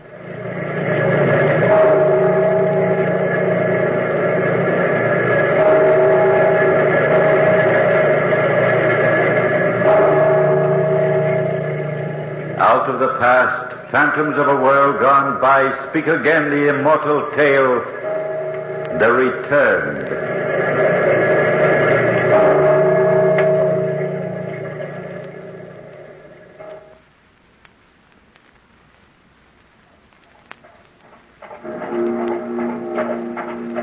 Jacob, there comes the hearse. Poor Lady Ligeia. What a tragedy it was, Ellen. Look how the village folks lie the street. And look, he rides in a carriage directly behind the coffin. Poor Sir Charles. What will he do now? Why, didn't he tell you? Now, you know that you're his favorite in service. Just the other night when I was taking him his late cup of tea, he said, Ellen, I'm going away for a long time. I'm afraid I'll have to leave everything to you and Jacob. The whole of Glanville Castle? Did he say that? He did. So he's leaving right after the coffin's lowered in the ground directly after. How grieved she is. To think, 3 days ago, Lady Ligeia was laughing and dancing at the ball. And now they're putting her body in the ground. Does any of us know we'll be alive tomorrow? Not so strange. Accidents happen every day. She should have been careful not to go so near the cliff. Oh, the cliff. I tell you, Ellen, Sir Charles should put a tall fence around it to keep folks away. It's that dangerous. Look, the hearse is passing. Look at all the snow-white lilies. They were her favorites, lilies. But you, Ellen, I haven't seen you shed a single tear. Well, it's hard to. I don't believe she's really dead at all. Whatever do you mean by that? You'll not say I told you now. Not a word. And you promise not to be frightened? Of course not. Whatever is it? Oh, I've been saying to myself how much better I'd feel for telling it to somebody. Then come, tell it to me. Well, it's not that I mean she's not dead. She is, of course, but only last night, Jacob. Yes? I found some of the funeral lilies in a vase in the library. Oh, well, what of that? It was Lady Ligeia who put them there. Her ghost, Jacob. Her ever-living ghost. Well, how do you know that? Because I heard her wailing from the sea, wailing for Sir Charles to come back. Now I've told you. And you mustn't breathe it to a soul, do you hear? Not a soul, Ellen. Not a soul.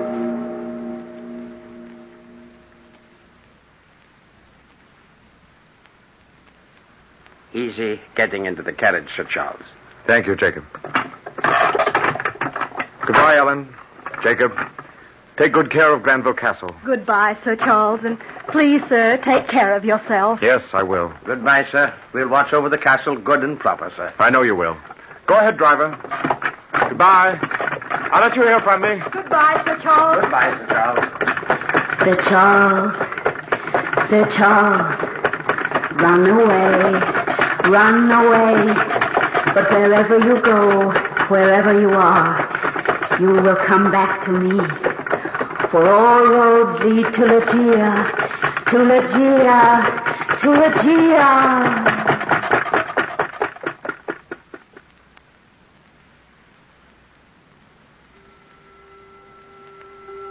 So, Ellen, I have seen the world. Nearly all of it, I suppose. And the months have quickly slipped by. It seems only yesterday I left you and Jacob at Granville Castle. 4 years aren't so very long, after all. But this isn't what I'm writing to say. Ellen, there's one thing more.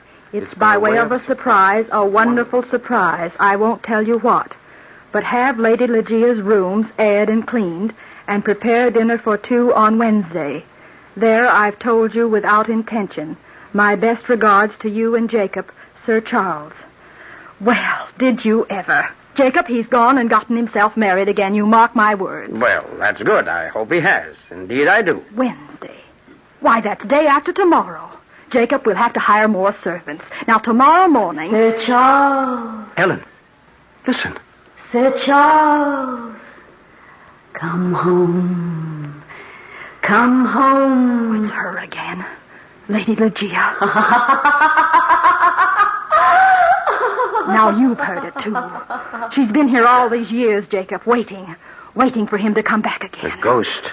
The castle's haunted by her ghost. Now you believe me. Many's the time I've heard her crying in the sea wind, roaming through the big halls, her footfalls soft on the stairs. But I've never been afraid until now. Till she laughed just then. Oh, this is a terrible thing. What could she want here, Ellen? We mustn't let on we know anything about it, Jacob. Not to a soul. Come on now, it's late. But, Ellen... You see, Lady Ligeia's ghost cries for Sir Charles to join her.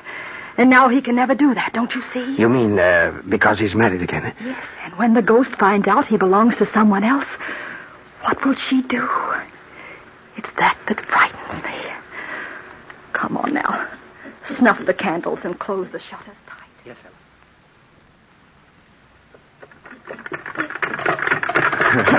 Oh, Charles, what a happy day this is. The day's happy because of you, Louina. And I'm happy, too, because you make me so. Do I, Charles? Oh, it's good to see your eyes so bright.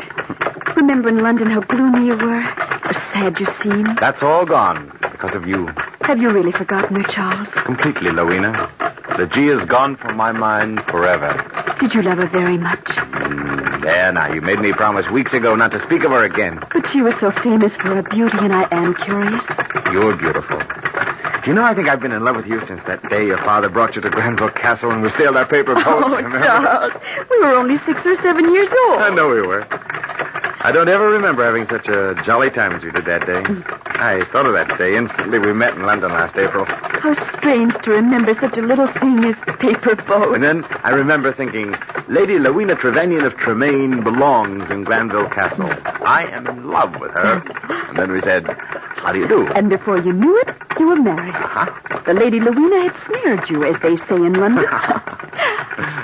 Charles. Oh, Charles, look. There's the castle. I love it, standing there on that high bluff overlooking the sea. We'll be there in no time now, darling. How impressive it is. Oh, how exciting, Charles. I'm in love with it already. Louina, what's the matter? Nothing, Charles. It's nothing. But you've gone white. Are you ill? No, it's nothing. Just the excitement, I suppose. I felt a little jab at my heart, as if it were pricked with an icicle. Oh, Louina. My darling. It's gone now. I'm quite all right. But, Charles... Yes? It's nothing. How silly I am. You see what being in love with Sir Charles Glanville does to one? She grows faint with a kind of wonderful happiness.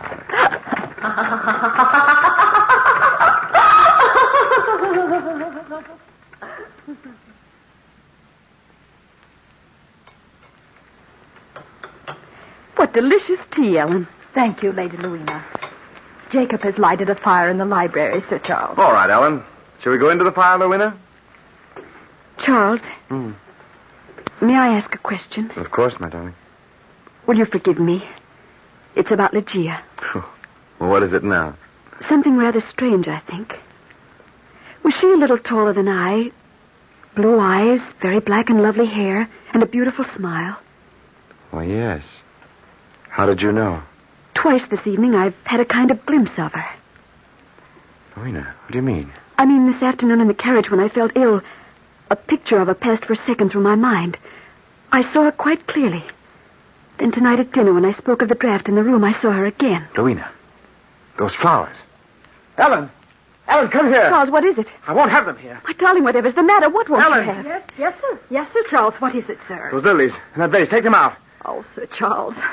What shall I do with them? I've been afraid to throw them out. Nonsense, Ellen. Why? Because they're her flowers. Oh, I didn't want to tell you. But those lilies have been there, white and beautiful as snow, since the day she died 5 years ago. What? Ellen, you can't believe such nonsense. It's true, sir. It's true. There are more in the chapel. Then we should leave them, Charles. What difference can a dozen lilies make?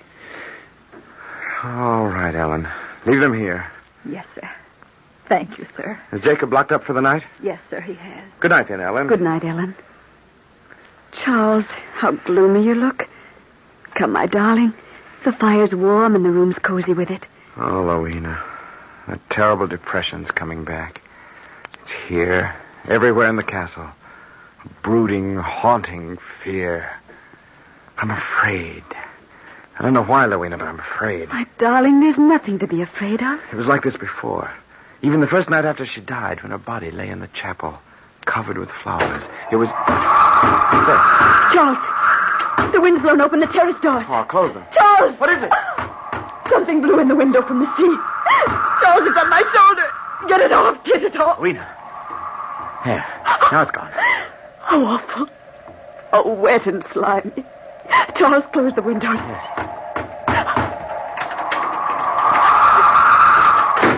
There.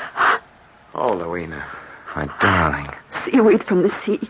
It was in the wind. It felt like wet hands on my shoulders, on my throat. Oh, Charles, take it out. Here, I'll shove it on the hearth. There now. Oh, my darling, don't be afraid. It was like cold hands tightening about my throat. Charles, we're not alone. There's someone here in the room. Ligeia. Ligeia. She was always here. Louina, there's something I must tell you. What is it, Charles? I hated her. I never loved her at all. Charles. It was long ago. Both she and I were so young when the marriage was arranged. Ligeia was beautiful and strong. She loved me more than I could understand. Charles. Then one night I made up my mind to get away. She grew wild with anger. I left the house. She followed me to the cliff. My darling. She was always indifferent to danger. She threatened to throw herself over the bluff into the sea if I persisted and went away. And then, suddenly it happened. I saw her slip. A bit of earth gave way. I grabbed for her, but it was too late. She fell like a stricken bird onto the rocks and surf below. But, Charles, you can't blame yourself for such an accident. That night she said something I'll never forget. What was it? She said, "If you go away, I'll follow you, Charles. You can't escape me. Never. Even when I'm dead, I'll follow you. Wait and see." Lorena, listen. What is it? Lucia. Lucia. She's here. Here in the room. But why? She's come for me. For me. Charles. Lorena, what's the matter, darling? The little stab at my heart. Oh, Charles. You're wrong. Lucia's come for me.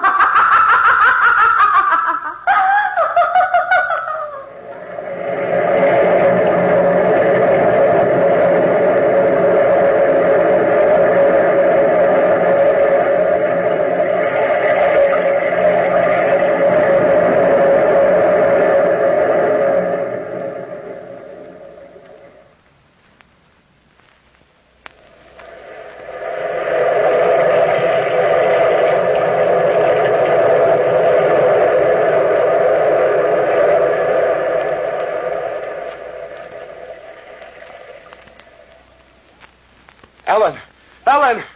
Oh, my darling Louina, can you ever forgive me for bringing you here? Charles, don't fret. I'm not afraid of this ghost. Ellen! What harm can a phantom do us? But this pain in your heart, it frightens me. And you said she's come for you. I believe she has, Charles. I mean, Lygia's jealous. It's her wicked jealousy that haunts the castle. Did you call, Sir Charles? Yes, Ellen. Lady Louina's not well. I'm going to carry her upstairs. Will you take the candle for me? But I can walk, Charles. Really, I can. And if you feel well enough to walk, let's go away from here now. Oh, Louina, say you will. Leave Glenville Castle? Oh, Charles, we've only just come. No, you carry me upstairs if you wish, but let's stay here. It's our home. Oh, whatever will I do with her, Ellen? All right, now. There now. You're light as a feather. This way, sir. I'll open the door. Thank you. Ellen, has she been haunting the castle all these years that Charles was away? I suppose you could say she has, ma'am. Now and again, I've heard her climbing these very stairs and laughing, very happy-like. But mostly I've heard her outside on the bluff. How do you mean, Ellen? Well, it's just that, well, sir, I think that's where she comes from. The cliff where she died. Jacob never heard her wailings in the sea winds, but many's the night I have. Her voice seems like part of the surf and the wind, if you know what I mean. Here, sir, I'll open the bedroom door. Thank you. Charles, how solemn you are. Let me down gently now. There. Adjust the pillows, Ellen. Oh, ma'am, forgive me for speaking so, but the way things are, I think Sir Charles is right. You should go away. Now, Ellen, I'll wager the phantom is already gone and your fears are for nothing. Charles, where are you going? I thought I heard a sound on the stairs. Oh, Louina, my darling, you can make light of this thing, but I tell you there's more to it than you know. There's evil, hatred and evil here. But where are you going? I'm going outside to the cliff. Ellen, stay here with her. He's gone. Oh, Ellen, I can tell you. I'm deathly afraid. But I'm here, ma'am. It's not that. Don't you see? She'll never let us be happy, Ellen, never. And she'll take him away from me somehow. I don't know how, but somehow she will.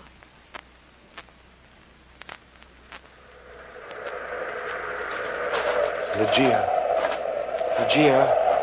where are you? Lygia, listen to me. I'll do anything you say.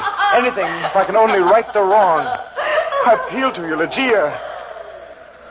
What would you have, Sir Charles? Happiness with Lady Louina? Lygia, it is you.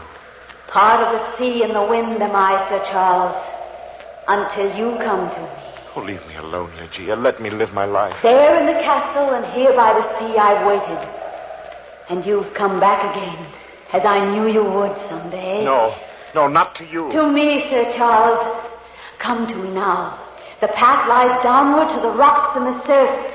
It is but a step from where you are to me. Come. No, I don't love you. I never did. You know that. Then I shall haunt you till you do, Sir Charles. Until you do. Lygia, where are you? Come back! The laughter moves to the castle. Rowena! Rowena!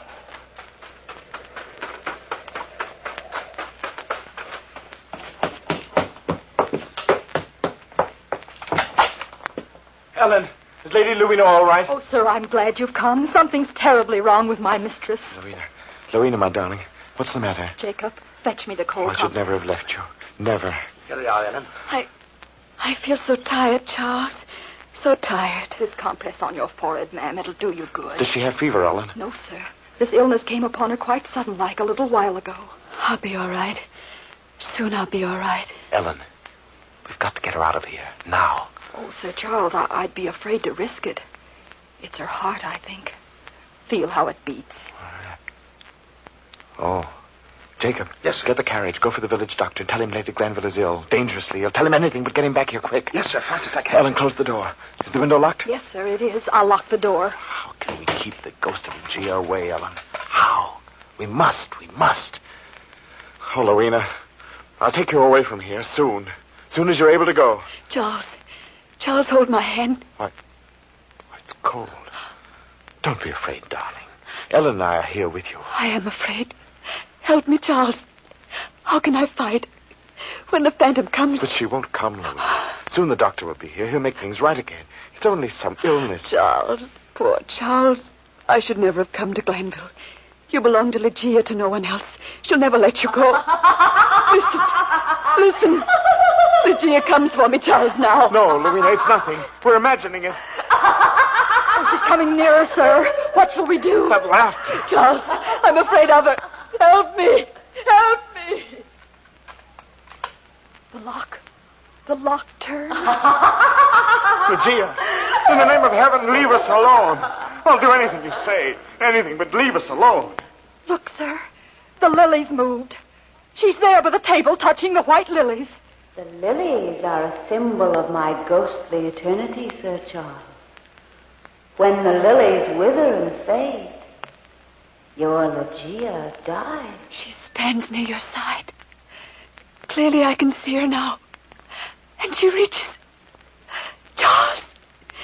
She reaches to touch my heart. No. Ellen, help me quickly. Take the covers from her. What will you do? Ligeia will murder if we stay here. Hurry up. Carry her to the chapel. Oh, why didn't we think of the chapel before? Louina, darling, relax in my arms. It'll be only a moment. Sir Charles, wait.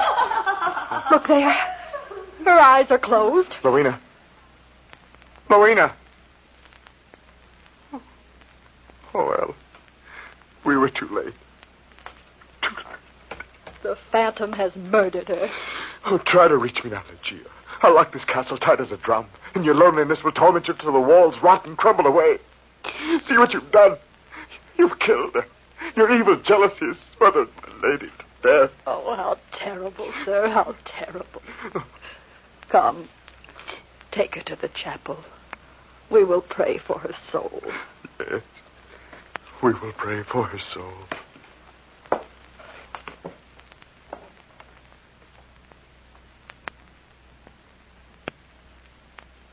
Light the other candles, Ellen. Yes, sir. And lay her there before the altar, Sir Charles.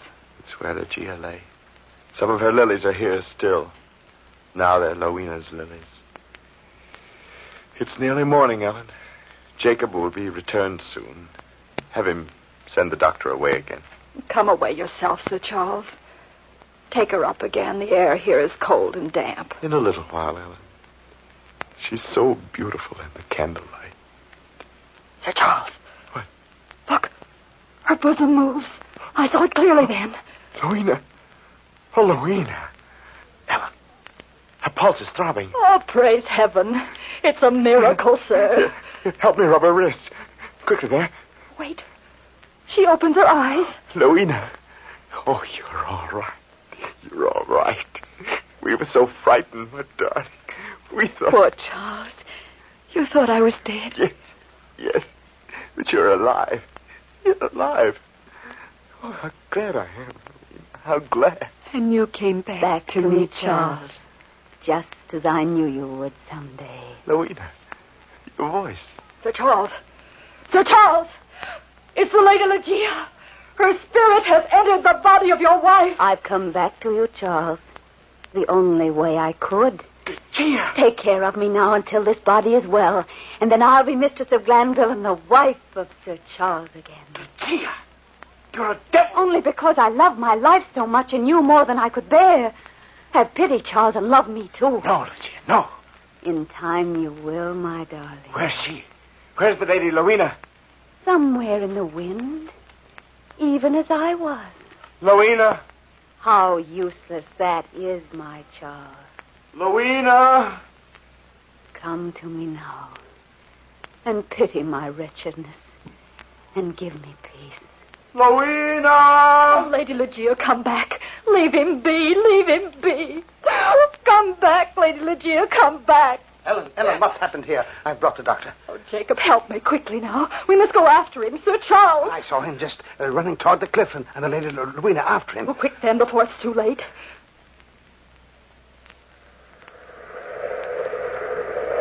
Look yonder, Ellen, on the cliff. Jacob, hurry.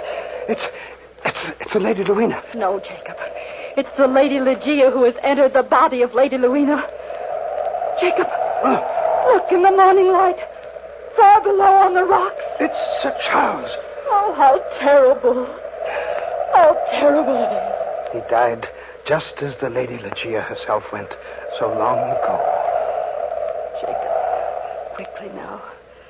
We must get her inside out of the wind. How cold she is. She's coming around. Take her up, Jacob. In the castle. No, Ellen. There's no need for that. Is he dead? Yes. On the rocks below. I tried to save him. I didn't want him to die. Don't talk, ma'am. The doctor's here. Ellen, I cannot stay now. Yes, ma'am. I know. I've lost him forever. To her. To Rowena. He loved her truly, Ellen. Indeed, that he did. And so did I, but not truly. Instead, I loved him wholly. Too selfishly, because he was my life, and I love my life most of all. But now I cannot stay. Jacob, take me into the chapel and pray that my soul may find rest. Gladly, ma'am. We'll both pray for you. And as you pray, watch the lilies on the altar.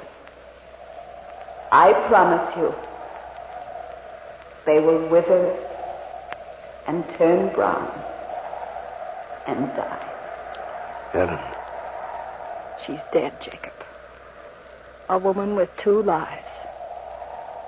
Come, take her up and into the chapel. Let us pray for her soul. Ligeia and the lilies are dead.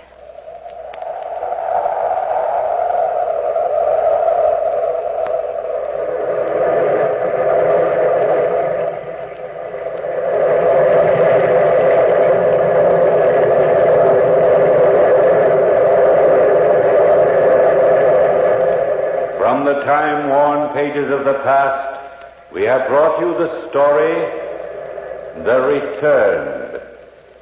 Bellkeeper, toll the bell.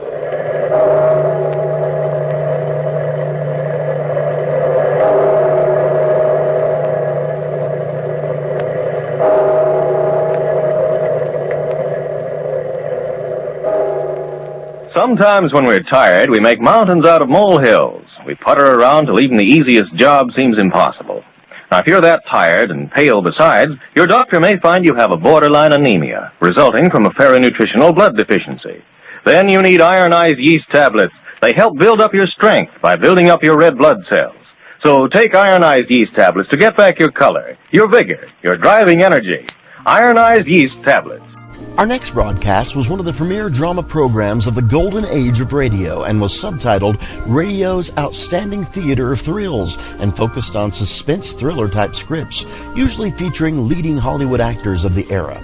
Approximately 945 episodes were broadcast during its long run, and more than 900 still exist. The protagonist was usually a normal person, suddenly dropped into a threatening or bizarre situation. Solutions were withheld until the last possible second, and evildoers were usually punished by the end. We present to you Suspense on HOJO Radio.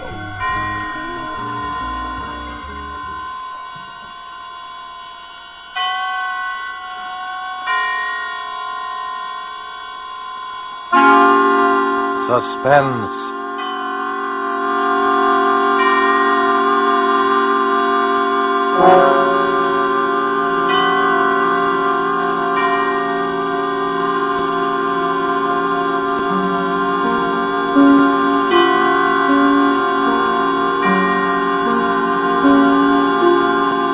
This is the Man in Black, here again to introduce Columbia's program, Suspense. Heading our starring Hollywood cast tonight is Mr. Laird Creegar, who will be seen shortly in the 20th Century Fox production of one of the great suspense stories of all time, The Lodger. Tonight, Mr. Creegar appears as a cynical gentleman who made an unusual bet with death. With Mr. Creegar is a cast of the screen's most distinguished and characteristic players, Miss Helen Vinson, Mr. Walter Kingsford, Mr. George Couloris, Mr. Harold Huber, and Mr. Ian Wolfe, here to bring us the suspense play called The Last Letter of Dr. Bronson. And so with the performance of Laird Creegar as he writes for us this last letter of Dr. Bronson, and with the performances of, in the order of their appearance, Walter Kingsford, Ian Wolfe, Harold Huber, Helen Vinson, and George Couloris, we again hope to keep you in Suspense.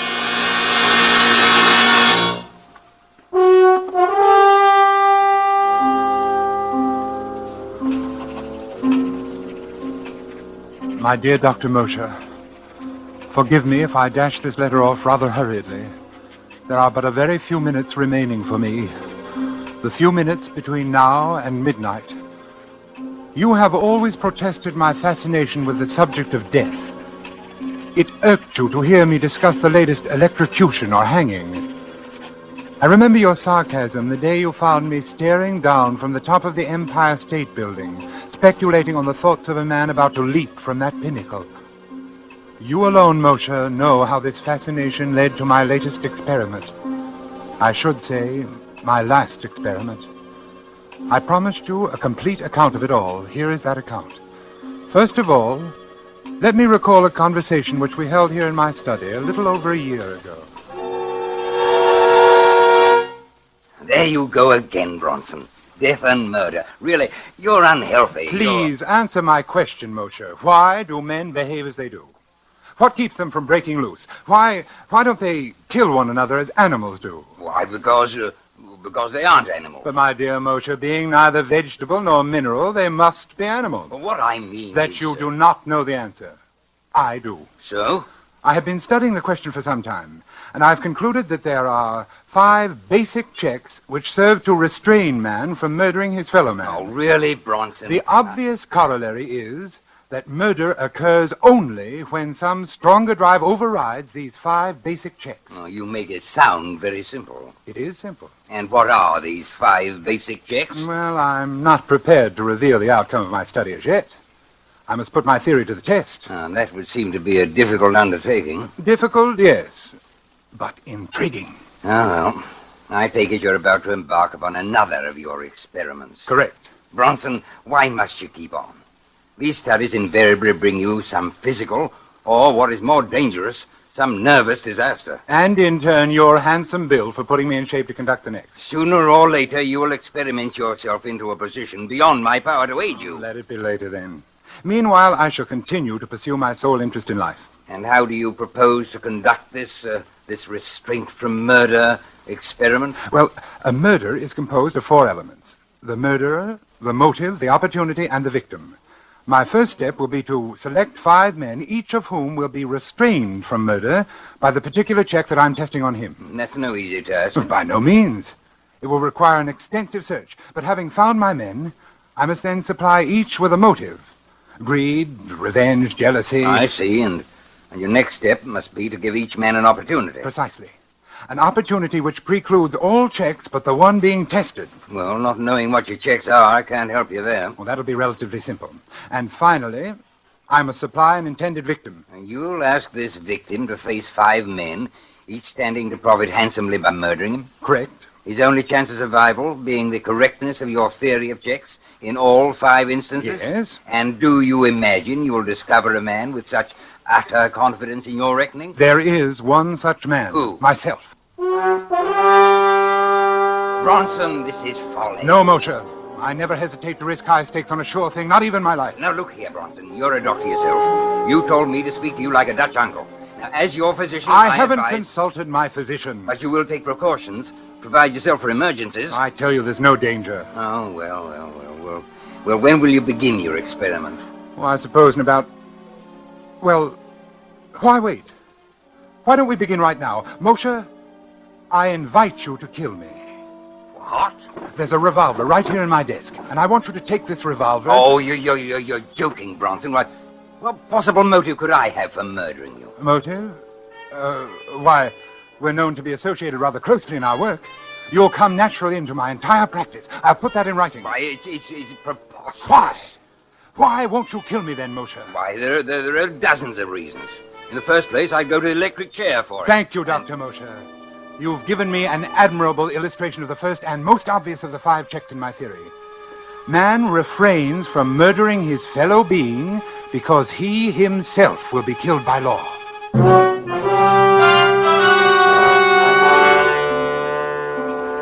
Remember, Moshe? Remember how it began? That was more than a year ago. Yes, I've spent more than a year in selecting my other 4 subjects, because the checks I wanted them to prove were not so simple.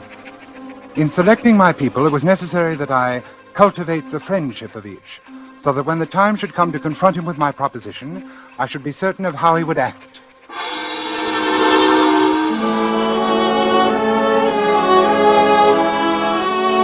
The first of my 4 potential murders was a clerk named Totten. Totten was badly in debt, his wife in the hospital about to undergo an expensive operation, and he was a deeply religious man. We went to church together on Sunday evenings at St. Luke's, right around the corner from my apartment. One Sunday evening after the service, I asked him to come to my apartment, and we talked as we walked along. You know, Dr. Bronson, I was talking about you to my wife the other day, before they took her to the hospital. I was saying what a great comfort it was to be with you these Sunday nights. Now, come, Mr. Totten, you embarrass me. No, I mean it. In the world today, too many people seem to feel that they no longer need their God. Yes, but their lives are void of the great thing you have in your faith. The church is a great comfort to me, and I do need something to cling to in times like these. Mr. Totten, you could make rather good use of $5,000, couldn't you? It isn't like you to make fun of my poverty. No, I'm quite sincere. You know what even $100 would mean to me, and at present more than ever. Yes, with your wife's misfortune. Oh, isn't this your apartment we're passing? Oh, I want to go in the side way. We shall be unobserved. Unobserved? Oh, you'll understand presently.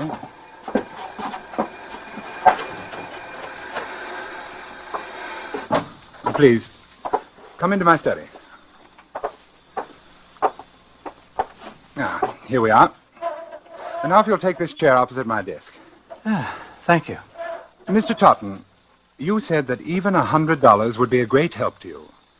Here in my desk, I have this package containing $5,000. Well, what could I do for you that would be worth all that money? Let me explain. My doctor called on me yesterday, and he told me...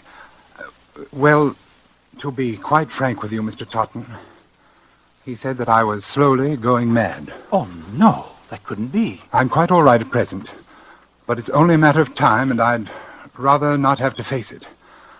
I believe you can understand that. But there must be something you can do, knowing in advance. There is, and I want you to help me. I don't understand. Put on these gloves. Take them. But why? As soon as you have them on, I shall hand you this paper knife. Notice how very sharp it is. I grip it firmly, thus, and clearly impress my fingerprints on the handle. Finally, here on the desk, I am leaving this note, explaining that I have committed suicide. Suicide? When the knife is in your hand, I want you to drive it into my heart. Then you may leave by the same way we came in. You will be quite unnoticed, and with the $5,000 in your pocket. You can't mean this. But I do.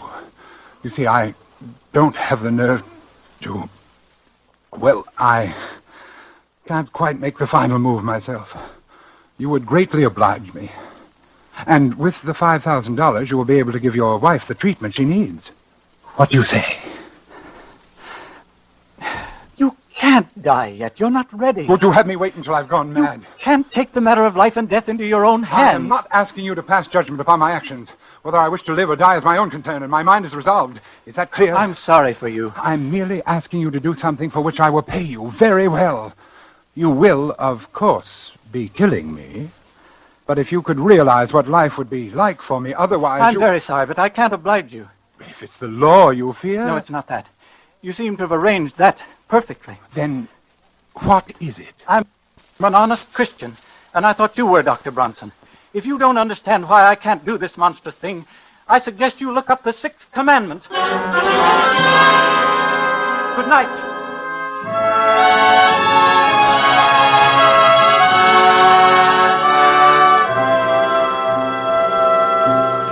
So, Moshe, my second point was proved. Man refrains from killing because it is against his religious principles. The hands of the clock now read 15 minutes to midnight. 1/4 of an hour in which to complete this report. My third proposition called for an entirely different sort of man. In fact, the very reverse of Tartan. A man who believed neither in heaven nor hell, and also a man of little intelligence. It required careful search. For a number of nights, I frequented the rougher districts of the city. At first, I had no luck. Then one night, I came upon my man very unexpectedly. I was walking along one of the darker streets. There was no one in view.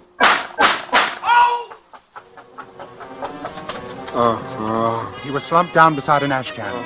He'd been shot in the chest and left arm, severing an artery. He was bleeding profusely. I tore off his shirt and made a tourniquet for his arm. Oddly, no one came into the alley to investigate. Never mind me. Get away. Was this a gang shooting? What do you think? I think you're going to the hospital. No. They'll blab to the cops. Come on, I'll help you to your feet. I ain't going. You'll die, man, if you're not treated quickly. I ain't going, I tell you. No cops gonna... No cops. They ain't gonna...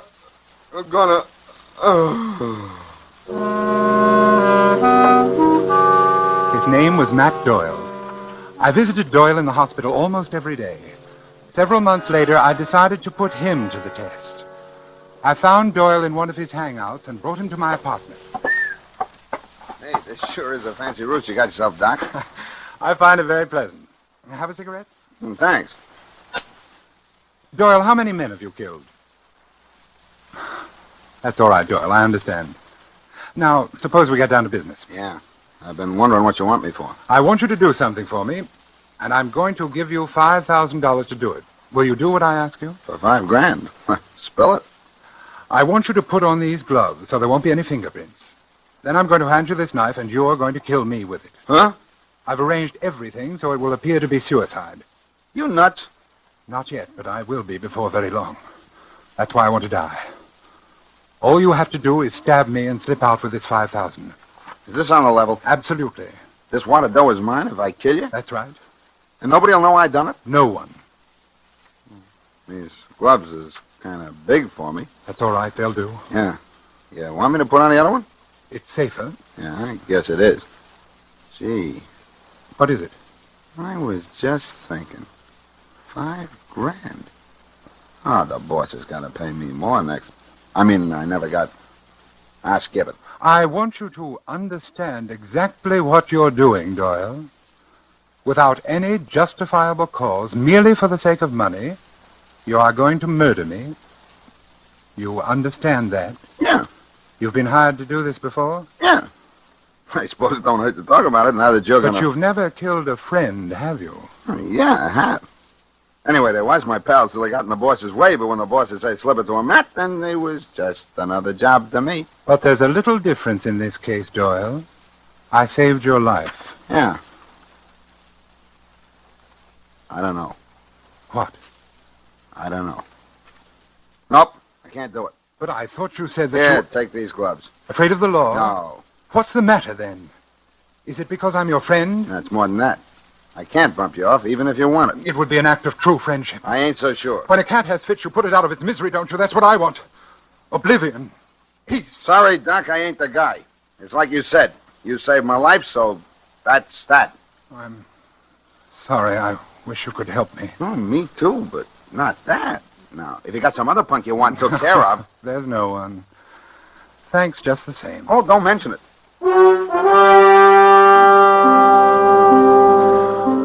There was my third proposition. Man will not kill fellow man if a sufficient degree of gratitude has been invoked.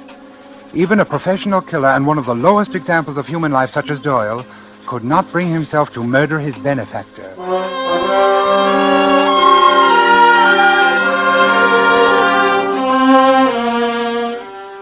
My next subject was altogether different in temperament. With Judith Ainsley, I used a special technique. I first encountered Judith Ainsley when I operated on Barrett Sheffield, the actor. You will recall that Sheffield was brought to the hospital with a lung abscess. As I prepared to do the rib resection, I noticed that the nurse standing beside me was greatly agitated. Retractors, Doctor. Thank you. Doctor, do you think this is advisable? What? His dyspnea is more pronounced. Listen. Miss Ainsley, another hemostat, please. But he's getting blue. Doctor, do you think you really should? He's cyanotic. Miss Ainsley. I'm sorry, Doctor, but if... Doctor. Quickly, caffeine. Quickly.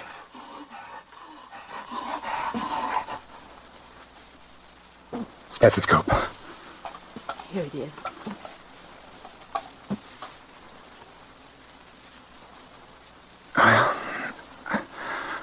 That's that. Yes. That's that. Miss Ainsley, what's the matter with you? You've been acting strangely all through this operation. You killed him. You killed him. You shouldn't have gone ahead. You know that. I warned you. I shall see to it, Miss Ainsley, that you are never assigned to one of my cases again. What's the matter with you, anyway? Have you never seen a pulmonary before? Or does it upset you to see a handsome actor like Barrett Sheffield die? Yes, it did. Oh? Yes. We were going to be married next week.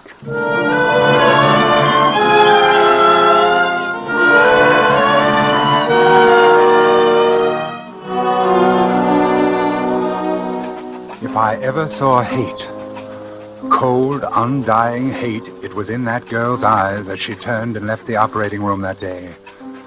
I had made the most implacable enemy of my life.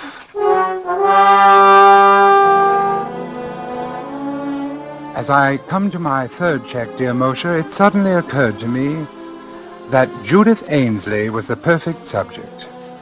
One day at the hospital, I inquired about Miss Ainsley and learned that she had done 4 years of medical and was now interning at Cedars of Lebanon in hope of picking up a resident fellowship. I went down to the hospital and sat in the doctor's lounge waiting for her. Presently, she came in with another intern. I stood up. She turned and looked at me.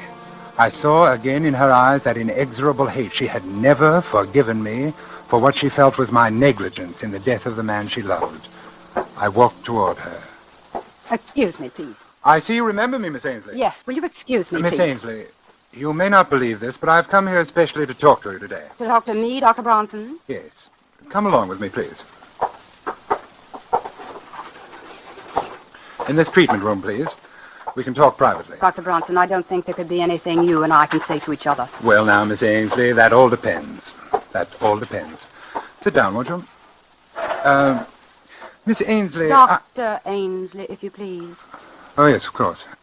Doctor, I have a little proposition to make to you. First of all, there are 2 facts I'd like to be sure of. A, you are unable to set up your own practice because you don't have the money to get started. Is that right? I don't see what business that is of yours, but it happens to be true. Fine. Fact B, you still hate me and feel a strong desire to be revenged for the wrong which you consider I have done you. Yes, I'm afraid that's true, Dr. Bronson. Good. Good? Yes. You see, I want to pay someone to murder me. And I think you'd enjoy it more than anyone, and you need the money, too. Dr. Bronson, I'm very busy. There's a patient in 302. Will you... Wait a moment, Dr. Ainsley. I'm perfectly serious. Absolutely serious. You want to die? Yes. You see, I'm going mad. I can't face it. I wish to end my life immediately. You're smiling. Good, you're interested then. You going mental, Dr. Paresis? Yes. Hopeless. I've been to 5 or 6 men about it. Are you far gone? Hallucinations? Delusions of grandeur? Yes, advanced stages. Agony. Yes, it must be quite a temptation to get it over with. I wonder what I would do if it happened to me. I want you to understand, Doctor, that I'm not asking you to perform a crude murder. This would look like a simple error, unavoidable. There would not be the slightest aspect of homicidal intent. Really, that's most interesting, Doctor. Go on. My heart. I've had considerable damage. Coronary occlusion. Had to spend some 6 weeks on my back. Just got up last week. Naturally, I was given digitalis. Ah, I see, Doctor. You've been heavily digitalized, and if someone were to give you an injection of calcium gluconate, you would have an immediate heart block, dead within a few minutes. Exactly. I must compliment you, Dr. Ainsley. You've learned a great deal. What a pity you can't have your own practice.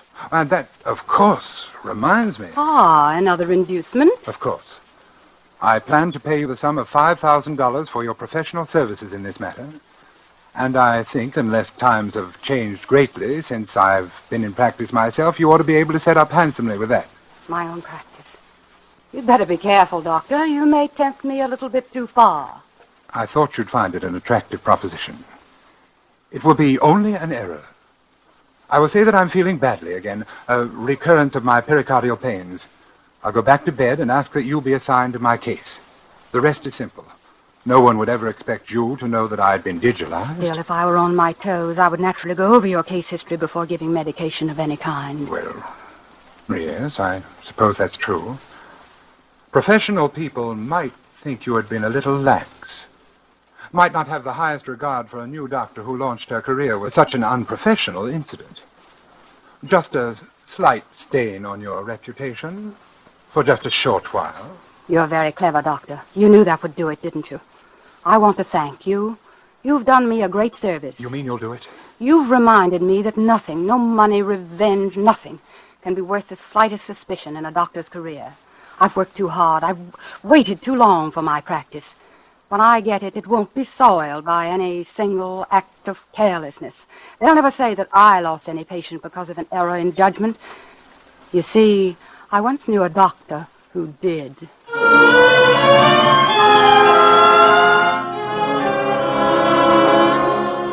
There, Moshe, is my 4th check. Man, or in this case, woman, refrains from killing because of the fear of loss of reputation. Now I come to the testing of my 5th subject. A man who would not murder because he couldn't bear the sight of blood, much less the responsibility for shedding it. Laderne was my man, and I found him shortly after my search began. On that day, I saw him turn a ghastly white as a fast-moving car almost ran over a small dog which had run into the street. It wasn't a particularly frightening sight, but Laderne clutched at his throat and fell in a dead faint. I, of course, made it my business to become acquainted with him. I hadn't seen him for more than 4 months, until tonight. He's changed, I noticed, as he took his place at my desk. He's thinner. His dark eyes seem blacker than ever. Laderne, I want you to do me a favor. It's a little peculiar, but I'm perfectly sincere about it. Well? Circumstances require that my life be ended. But I can't quite reach the point to kill myself. I've arranged everything necessary to give the appearance of suicide. Here is the farewell note which I've written. I see. And here is the knife with which, apparently, I shall have killed myself. Notice I am carefully putting my fingerprints on it. Yes. Here are the gloves for you to wear. And here is $5,000 for you if you will drive this knife into my heart. What do you say? You've arranged everything? Everything. No one knows I'm here? No one. And you want me to kill you? Yes. Of course, it will be a bit messy. When a person is stabbed, his blood usually splurts out. But if you keep to one side, I don't think much will get on you. Why do you want to die? My doctor says that I'm going insane. and that I haven't got much longer. That's strange. About going mad? About him saying that you're going mad. Oh, yes. It was a shock. No, I don't mean that. What do you mean? That's the same thing they told me. Oh, that's strange. They what? They told me over a year ago that I was going mad. I only laughed at them. Over a year? Well, have you noticed any change? Not much, at least no change for the worse. Oh, that's good. In fact, I'm really much better. I've been having fewer and fewer of those sick spells. You remember how I was the day that dog was almost run over? You've gotten over those sick spells? Haven't had one in 3 months. Then there isn't any check. Check? What check? Nothing. Oh. Well, this is going to be a pretty messy business. We might as well get it over with. Nice gloves you've got here. Nice and smooth on my hand. Then you're going through with it? Yes, can't let you down. Oh, never mind the knife. I've got my gun right here. Look, 38. Beauty, isn't it? Yes. Then, if you'll give me back the knife... No, I'll keep it for you. Yeah, I've used this gun a lot in the past 3 months. I've bumped off about 50 dogs. You've done what? Bronson, it's very interesting. I do it after midnight. It's fun watching the dogs. You have to know just where to hit them. It kills them instantly. But the noise in here, aren't you afraid that somebody will... No, silencer, look. I don't like to wake people up when I kill their mutts. But they'll find the bullet. They'll trace to your gun. They're sure to get you. In a suicide, the weapon stays right beside the body where it falls. Suicide? Who says this is suicide? It's murder. I'm going to murder you. That's what you asked me to do. Look here, Ledern, this has gone far enough. I was only joking. I don't want you to kill me. 5,000, eh? All here. Listen to me, I was only joking. You ready? Ledern! Shall I shoot now? No, wait! You want it through the heart or brain? Not yet. Can't you wait just a little while? Wait, what for? Well, I've been conducting a little experiment. I'd like to write an account of it before I go. Oh, what sort of an experiment? I don't think you'd understand. Oh, okay. I'll wait. Till midnight. Then I've got to go. There's a German police dog I've been wanting to get. A big, ugly brute. It'll be fun. Yes. I'll wait. Thank you. The clock says 10 minutes past 11. Yes. You've got 50 minutes. I'll wait by the window.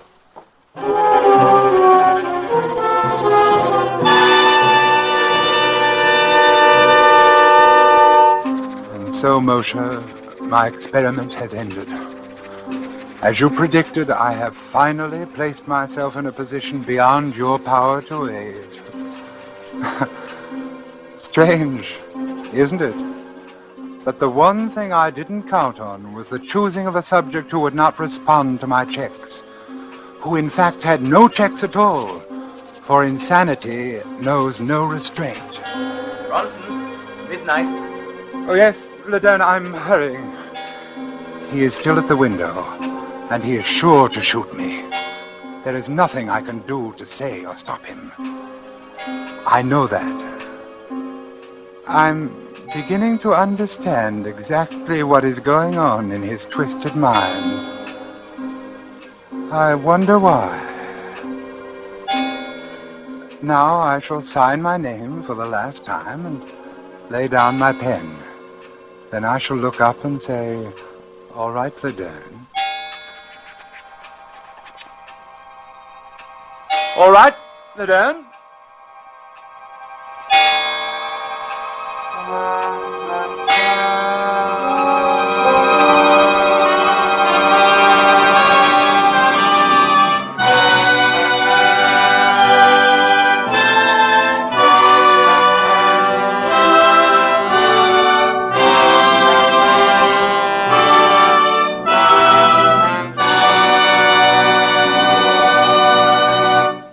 So closes the last letter of Dr. Bronson, tonight's tale of suspense. In our Hollywood cast tonight, Laird Krieger played Dr. Bronson. Walter Kingsford played Dr. Moshe. Ian Wolfe was Mr. Totten. Harold Huber played Doyle. Helen Vinson was Nurse Ainsley. And George Coloris played Ledern. This is your narrator, the Man in Black, who conveys to you Columbia's invitation to spend this half hour in suspense with us again next week, when Robert Young will star in an adaptation of a story by James Thurber called A Friend to Alexander. The producer of these broadcasts is William Spear, who with Robert Louis Shea on guest director, Richard Paulette Craik, author. Lud Gluskin and Lucian Marowik, conductor and composer, collaborated on tonight's Suspense. This is the Columbia Broadcasting System.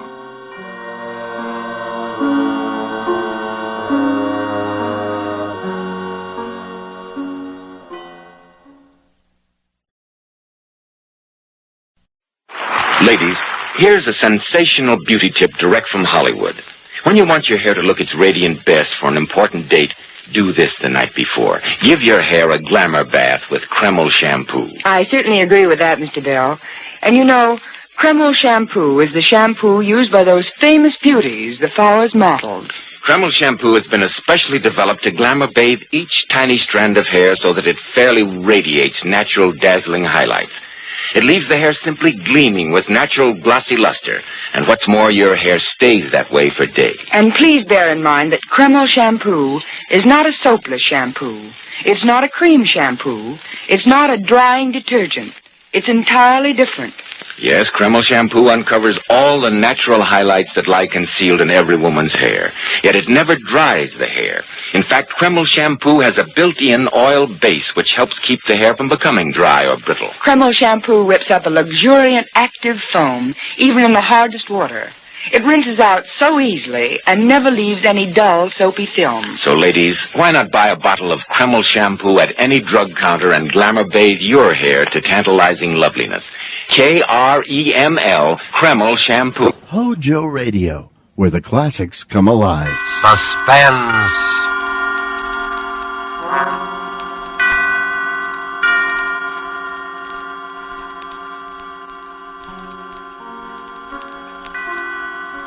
This is the Man in Black, here again to introduce Columbia's program, Suspense. Tonight from Hollywood, we bring you two of America's most artful and distinguished stars. From the Metro-Goldwyn-Mayer Studios comes Mr. Robert Young, and from Warner Brothers, Miss Geraldine Fitzgerald. Mr. Young and Miss Fitzgerald are with us to play in an unusual tale by the unusual James Thurber. An excerpt from the book My World and Welcome to It, called A Friend to Alexander, adapted for radio by Freya Howard, is tonight's study in suspense. If you've been with us before, you will know that suspense is compounded of mystery and suspicion and dangerous adventure. In this series are tales calculated to intrigue you, to stir your nerves, to offer you a precarious situation, and then withhold the solution until the last possible moment. And so it is with Mr. Thurber's poignant and strange story, and the performances of Robert Young as the man who was a friend to Alexander, and of Geraldine Fitzgerald as his wife Bess, who relates these events to us. We again hope to keep you in suspense.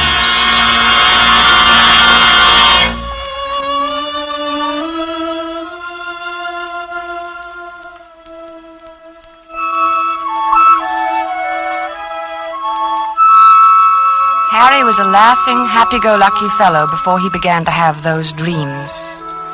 I guess he was pretty much like dozens of other men who go to work every morning, settle down in soft chairs with their newspapers after dinner, and like a weekend in the country now and then.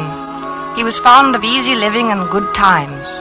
Like everyone else, he talked of the war, rationing tires, and his golf scores. Until those nightmares began to plague him. At first, I was amused. You know, I've been dreaming about Aaron Burr every night. What for? Well, how do I know what for? Aaron Burr is a funny person to be dreaming about nowadays. Why? I mean, with all the countries in the world at war with each other. What's so funny about dreaming? Maybe you're upset. Well, everybody dreams, don't they? I don't see why you'd see Aaron Burr in your dreams. Well, I do. Where do you see him? Oh, places. In Washington Square, or Bowling Green, or on Broadway. Even here on 55th Street? Mostly downtown. I'll be talking to a woman in the Victoria. A woman holding a white lace parasol. Oh. And suddenly there will be Aaron Burr, bowing and smiling and smelling like a carnation, telling us stories about France and getting off his insults. Who is the woman in the Victoria? What? The woman. Who is she? Well, how do I know? You know about people in dreams, don't you? They're nobody at all. or everybody. Ah, but you see Aaron Burr plainly enough, though. I mean, he isn't anybody or nobody, or everybody. All right. You have me there, but I don't know who the woman is. Are you sure? What's more, I don't care.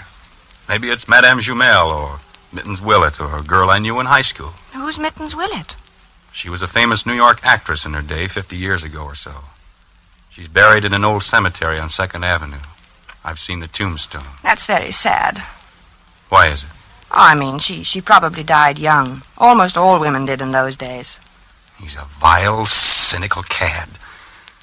I was standing and talking to Alexander Hamilton when Burr stepped up and slapped him in the face. When I looked at Hamilton, who do you suppose it was? I don't know. Who? My brother, Walter, one I've told you about. The one who was killed by that drunk in the cemetery. Harry, I never could get that story straight. I've told you about it a dozen times. This drunk came up to him when his back was turned and... What was he doing in the cemetery? That's not the point. He was killed. That's what's important. And I loved him very much. I don't understand what... What's the use of telling you every time I mention it? You start asking the same questions. I understand now, dear.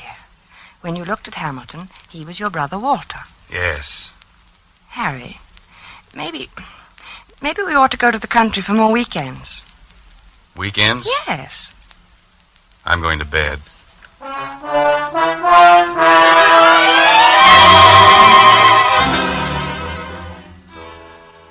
For a time that evening, I worried about Harry.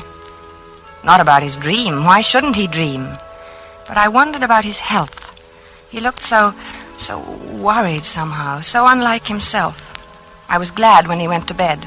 A good night's sleep was just what he needed, I thought. How could I know? The next morning, we were quietly eating our grapefruit when Harry flung down his spoon. I wish he'd go back to France and stay there, him and his la-la. Who, dear? Oh, you mean Aaron Burr. Did you dream about him again? Yes, he said la-la to me. Why should he say la-la? I was at the tavern and we were drinking ale, and I said something funny. I don't remember what it was. Something amusing about what Ben Franklin had said to Washington once. It was one of those things, you know. No, I don't.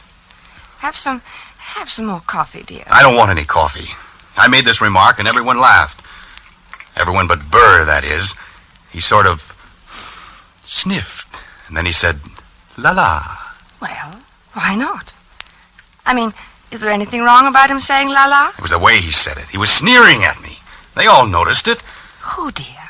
Who noticed The others, all of them. And Hamilton. I was there with Hamilton. It was swell until Burr came in. Aaron Burr. I don't see why you dream about him all the time. Don't you think you should take some luminol? I'm not sick, I tell you. I know what I'm dreaming. I just thought, well, it's always Burr, and that seems odd. Well, why? Why shouldn't I dream about Burr if I want to? But you don't want to. No, but I can't help it. Everywhere I go with Alexander, sooner or later Burr shows up and makes those nasty remarks. Last night he elbowed Alexander out of his way. Did it deliberately. Alexander? Hamilton. Oh, Alexander Hamilton. Yes, goodness knows I'm familiar enough with him by this time to call him by his first name. Harry, you know, we might go to the old Drovers Inn this weekend. You like it there. Hamilton has become not only my brother Walter, but practically every other guy I've ever liked. Don't you like the old Drovers Inn anymore? Isn't it natural that Hamilton should represent my brother and guys I like? That's natural, isn't it? Yes, I suppose it is. Well, then why are you looking at me like that? You know, dear, I wish you'd go and see Dr. Fox. I don't want to see Dr. Fox. I want Aaron Burr to stop sneering at me in my clothes. He looks at me and his lips curl up and he says, La, Mr. Andrews, what odd taste you have. I wish you'd go and see Dr. Fox. I'm going to the zoo and feed popcorn to the rhinoceros. That makes things seem right. For a little while, anyway.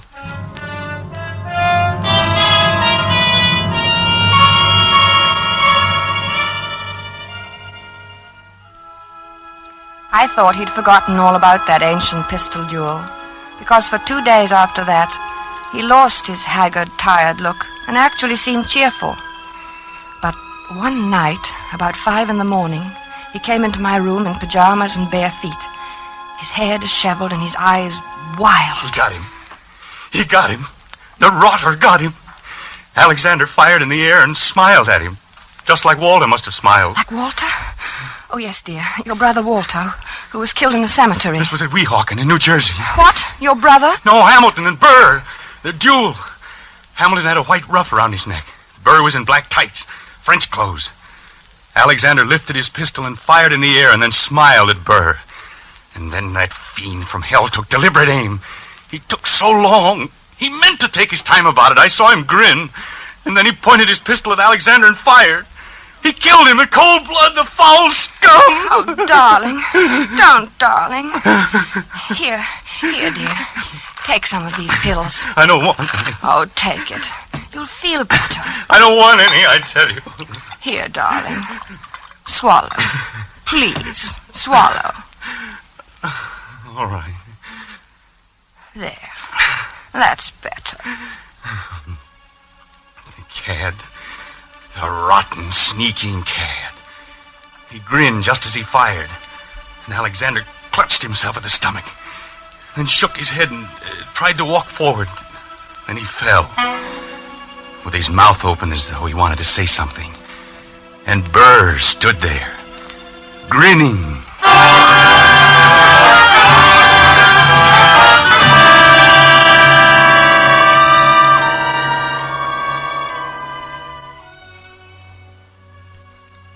He was better after that, but I kept urging him to see Dr. Fox. At first he refused, but later he decided to humor me. He was humoring me by this time, and Dr. Fox, too. How you been feeling, Doc? Oh, fairly well, Mr. Andrews. My pulse has been Now, just what seems to be the trouble? Nothing wrong with me. He has nightmares. You look a little underweight. Perhaps your diet. Oh, I'm not underweight. Overweight, maybe, but not underweight. Getting enough exercise? Same as usual. He's worried about something. He always has this same dream. Aha, a dream, eh? What kind of a dream? Just a plain old dream. Aha. No, it isn't. It's about his brother Walter, who was killed in a cemetery by a drunken man. Only it isn't really about him. Really? Why, very few people are actually killed in cemeteries. It's an interesting coincidence, if I may say so. You mean you know somebody who was killed in a cemetery, too? Is that the coincidence? No, I meant your brother being killed in a cemetery. You know, dead in a cemetery. A sort of, do you follow me? No. I think you should go see Dr. Fox, Dr. Fox. Interesting. Yes, very interesting. I wonder if you would mind stepping into the next room, Mr. Andrews. I want to give you a thorough examination. Right in here, sir, and we'll just have a look at you.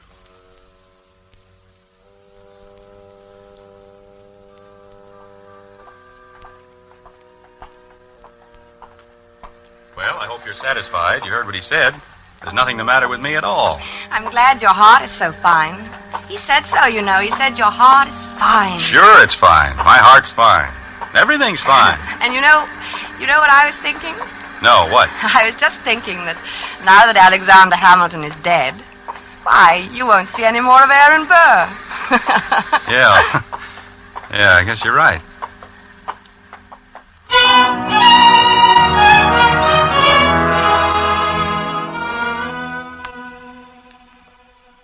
But I was wrong. Aaron Burr did not leave my husband to sweeter or more peaceful dreams. Harry said nothing about it for several mornings, but I could tell he was still being tortured by those ghosts. He brooded over his breakfast. He didn't answer me when I spoke to him. I dropped my butter knife, and he jumped. What was that? Only my knife. Oh. Harry, are you still dreaming about that man? Oh, I wish I hadn't told you about it. Forget it, will you? I can't forget it with you going on this way. Can't you forget I mentioned it? Maybe you should see a psychiatrist. Oh, bosh. What does he do now? What does who do? Aaron Burr. I don't see why he keeps coming into your dreams now. He goes around bragging that he did it with his eyes closed. Says he didn't even look. Didn't look when? When he killed Alexander in that duel. Well, what? He claims he can hit the ace of spades at 30 paces blindfolded. Furthermore, since you ask what he does, he jostles me at parties now. I think you should stay out of this, Harry. It wasn't any business of yours anyway. And it happened so long ago. I'm not getting into anything. It's getting into me. Can't you see that? I see that we've got to get you away from here. Oh, maybe if you slept someplace else for a few nights, you wouldn't dream about him anymore. I don't know. Let's go to the country tomorrow. We'll stay at the Lime Rock Lodge. Bess, why can't we visit the Crowleys? They live in the country. All right, fine. Bob has a pistol, and we could do a little target shooting. What do you want a pistol for? Plenty of open space. I'd think you'd want to get away from shooting. Yes. Sure, dear.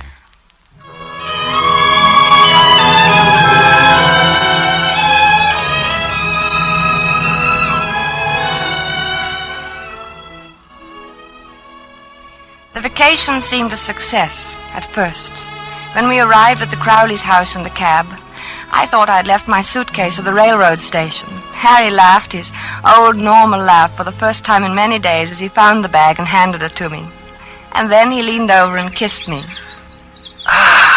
Good old Connecticut. Oh, Harry, this is wonderful. Oh, we'll have a grand time, Bess. Yes, dear. Hello, Bess. Hi, Harry. Here they come. Good old Bob. Remind me to tell him that rabbit joke. Hello, Madison. I'll take your bags, Mr. Andrews. Thank you, Madison. Good to see you. Thank you, sir. Hello there. Bess, what a wonderful Well, day. Bob, how's the old country squire? Oh, fine. How have you been? Never better. Boy, it's good to be here. Hello, Alice. Well, you too. I'm so glad you've come. It gets kind of dull here in the hinterland. Oh, I'm glad, too. Say, wait till you get one of our extra special cold martinis into you. You'll feel ship-shape.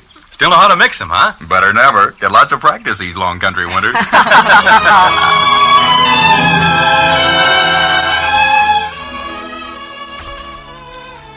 Oh, it was grand, seeing Harry's face relaxed and smiling over his cocktail glass. When I went to bed that night, I felt that at last that nasty old business of the dream was over, and I was happy. But when I woke the next morning, I saw my husband lying rigid on his back, staring at the ceiling. One Henry Andrews, an architect. What's the matter, dear? Nothing. Oh, why don't you go back to sleep, Harry? It's only 8 o'clock, and this is the country. One Henry Andrews, an architect. What are you talking That's about? what he calls me. Calls you who? One Henry Andrews, an architect, he keeps saying in his nasty little sneering voice. One Henry Andrews! Harry, please don't yell. You'll wake the whole house. It's early. People want to sleep. I'm beneath him. I'm just anybody. I'm a man in a gray suit. Be on your good behavior, my good man, he says to me. Or I shall have one of my lackeys give you a taste of the riding crop. Why should he say that to you? You ask me why. He wasn't such a great man, was he? I mean, didn't he try to sell Louisiana to the French or something behind Washington's back? He was a traitor. Then why worry what he says? He was a scoundrel, but a very brilliant mind. I was in hopes you weren't going to dream about him anymore. I thought if we came up here... It's him or me. I can't stand this forever. Neither can I.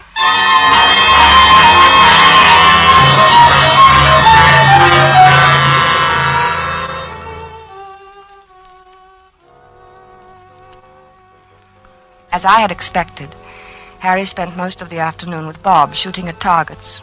At first they just aimed at the paper squares. It all seemed to be good-natured and in fun. After a while, Harry stood with his back to the dead tree trunk on which the targets were nailed. Then he walked 30 paces ahead in a stiff-legged manner, and his face was set in stern lines. His revolver was at arm's length above his head when he turned suddenly and fired. Bob dropped to the ground, scared. Hey, what's the big idea, Harry? But Harry didn't answer. He started to walk back to that dead tree trunk again. Then, with his back to the target, he began marking off the 30 paces. Bob called to him. I think they kept their arms hanging straight down. I don't think they stuck them up in the air. But my husband continued to count off. At the 30th step, he lowered his arm, wheeled about suddenly, and fired from his hip. Hey there, watch out! 2 of the shots missed the tree, but the last one hit it. Like a mechanical man or someone in a trance, Harry began to walk back to the tree again without a word, his lips tight, his eyes bright, his breathing coming fast. And look, it's my turn! But Harry about-faced and stalked on. This time when he fired, his eyes were closed. Poor Bob didn't know what to make of this strange behavior. Hey, good heavens, man, give me that gun, will you? Without a protest, Harry let him have it. For the first time, he spoke. I need a lot more practice, I guess. Well, not with me standing around. Come on, let's get back to the house and shake up a drink. Gee, I've got the jumps. I need a lot more practice.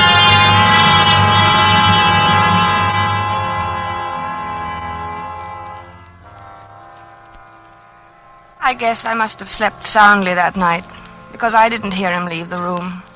He must have crawled out of bed, dressed silently, and crept out of the room. The sun was just coming up, and the light was hard, and the air was cold.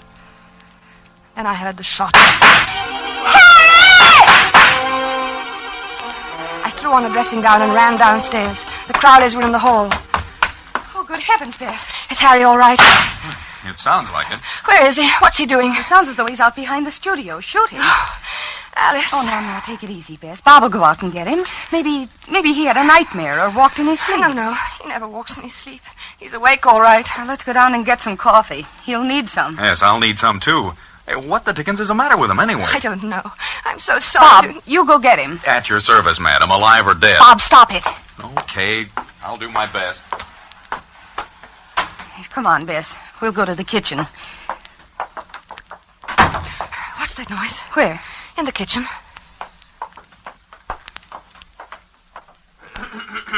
Oh, it's you, Madison. Yes, ma'am.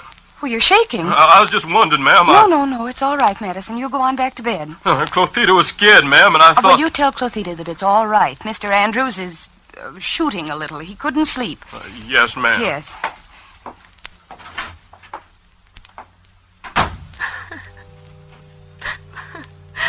I don't know what to do, Alice.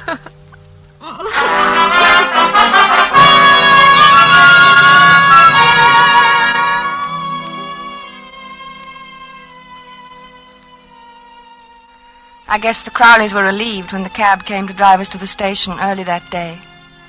Their maid had threatened to leave. The neighbors were complaining about the early morning disturbance, and their own nerves were ragged. Boy, I'll need a drink after that. Yes, and make mine a stiff one. Gee, I'm sure glad he's gone. Well, it was either he or Clothita. You can't afford to lose a good cook these days. Say, what do you think's the matter with him? I don't know. It's what Clothita would call the shoots, I guess. You know, he said a funny thing when I went out and got him this morning. Well, let's have it. I could stand a funny thing. I asked him what the deuce he was doing out there in that freezing air with only his pants and shirt and shoes on, and you know what he said? What? I'll get him one of these nights. That's just what he said.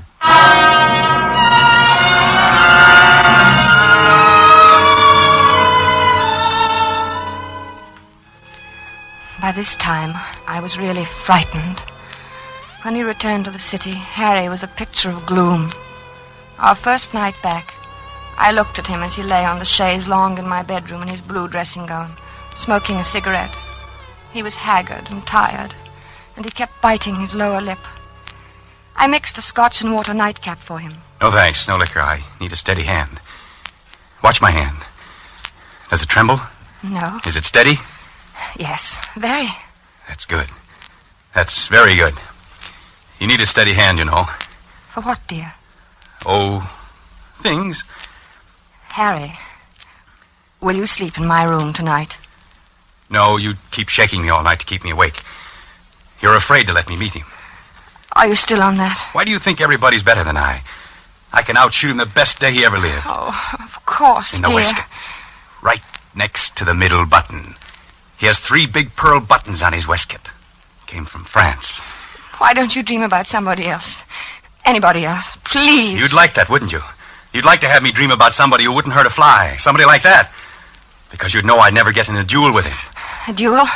You're dreaming of a duel now? Ever since Hamilton died. Burr knows I hate him. It's nearly over now. Harry. It's him or me. I'll get him, the rotter. But, Harry... I know I'll get him. You see, I have a modern pistol. He has to use an old-fashioned single-shot muzzle loader. Is that quite fair? Fair? What do I care if it's fair or not? Was it fair the way he shot Alexander? Was it? Don't be mad with me, Harry. Oh, I'm sorry, darling. I'm very unhappy. I'm sorry, darling. And I'm worried sick. Well, I'm sorry, darling. Don't cry. Please don't cry. It upsets me when you cry. And I mustn't be upset. I must be very calm and rested. My hand must be steady tonight. Especially tonight. I'm so worried, Harry. Don't worry about me. I'll be all right. I'll be fine. My hand is like a rock.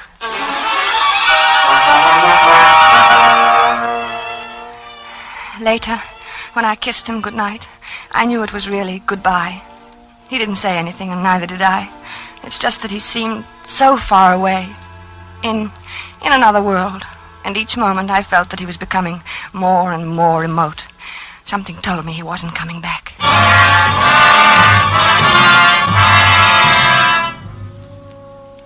I couldn't sleep. After an hour of tossing and turning, I went to Harry's room. He was sleeping peacefully. I sat down in his chair and watched over him for a long while. Then, finally, I must have fallen asleep. A beautiful morning. It was about 5 a.m. when I awoke. Harry was talking in his sleep. Ah, yes, the doctor. Good of you to come, Doctor. Yes, often misty at this hour. Harry. Are they loaded? Splendid. Harry, wake up. Yes, I'm perfectly ready. Is Mr. Burr? He is? Good. Shall we proceed? No, I do not care to make a statement. Very well. Yes, I understand perfectly. 10 paces. Turn and fire at the dropping of the handkerchief. Yes, 10 paces. Harry. Thank you for acting as my second, Mr. J. Of course, extremely good of you. Very well, then I'm quite ready. 1, 2, 3, Harry. 4, Harry, please. 5, Don't, Harry. 6, 7, Harry. 8, 9, 10. Harry. Harry, dear. Harry.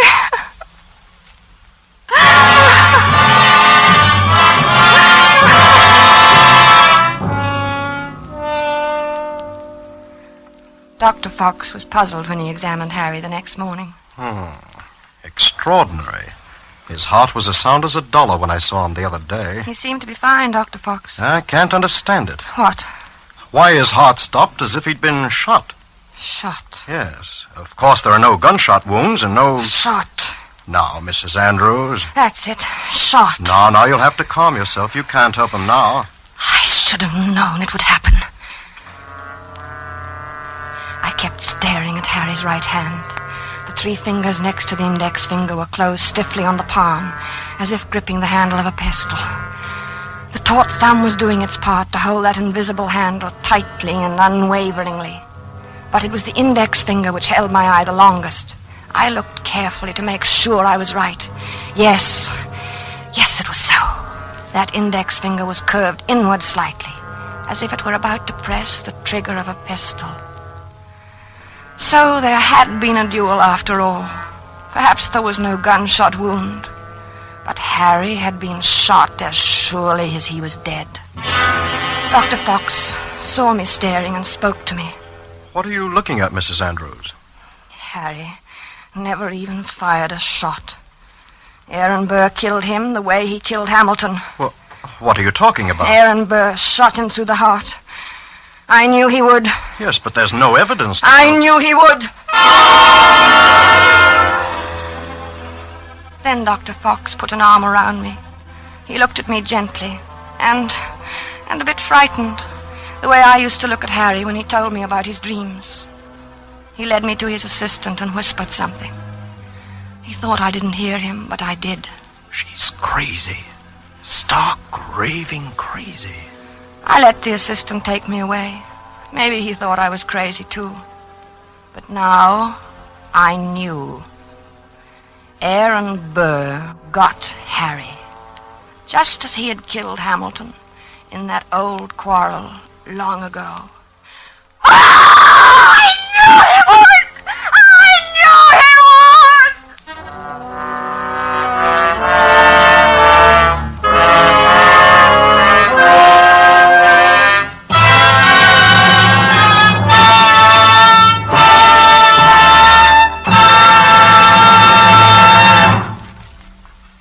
And so closes A Friend to Alexander, starring Robert Young and Geraldine Fitzgerald.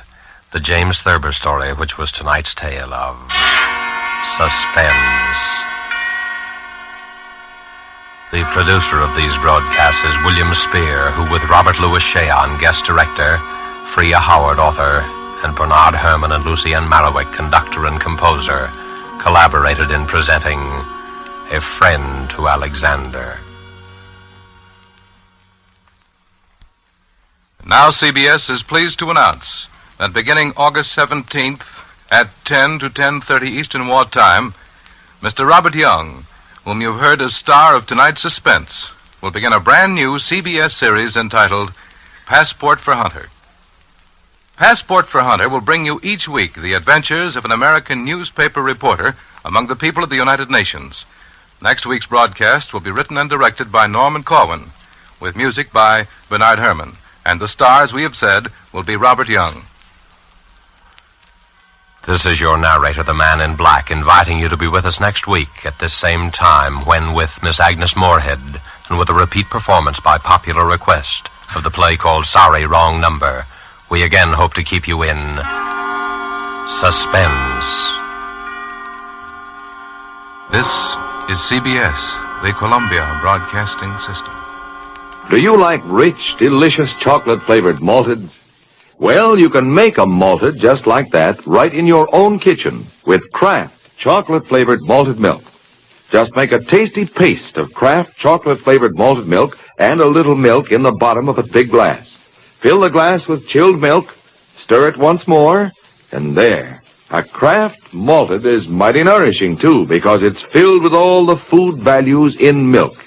Get a jar of Kraft chocolate-flavored malted milk from your grocer and enjoy a Kraft malted off. Our next broadcast brings together everything that was good about old-time radio rolled into one. The title itself almost sums up the very essence of what radio drama is all about. Each of the episodes was a microdrama, carefully planned to capture the listener's attention. Over 200 episodes were made, and almost all of them are as good today as they were over half a century ago. For the first few years the series was on air, the announcement at the start of the show varied almost every week, but by the 1950s, it had settled down to be the now famous, tired of the everyday grind? Ever dream of a life of romantic adventure? Want to get away from it all? We offer you Escape on HOJO Radio.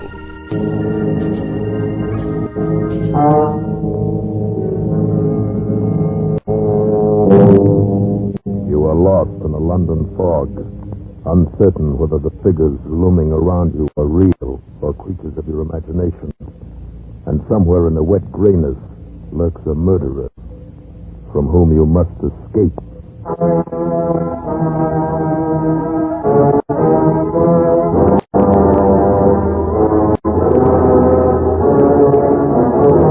Escape, produced and directed by William N. Robeson, and carefully contrived to free you from the four walls of today for a half hour of high adventure.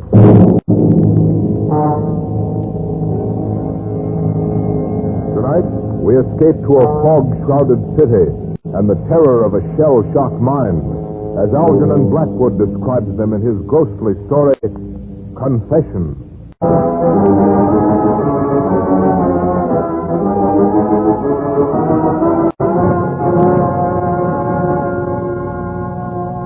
There was no doubt about it. The woman was dead. Her cheek was cold to my touch. The head of the long, sharp hat pin protruded from her breast above the heart. She was dead, murdered. And I stood there by the bed, my brain whirling crazily. I was alone in an empty house with a murdered woman.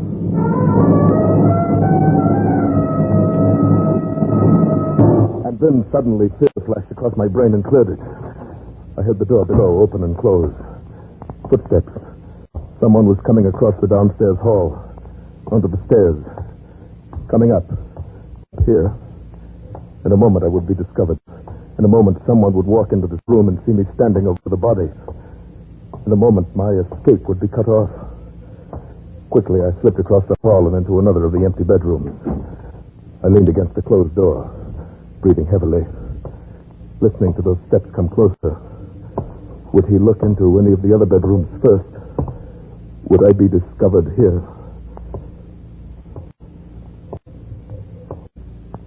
He passed my door and went into the room, straight in, closed the door behind him.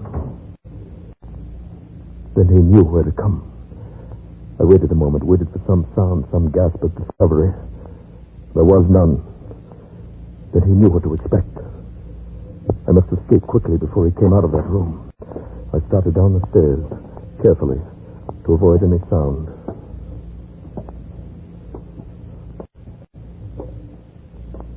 And suddenly the door of that room opened. The beam of a flashlight searched down the hall. I took the stairs 3 at a time, burst open the front door, and fled into the street, fled into the sanctuary of the fog.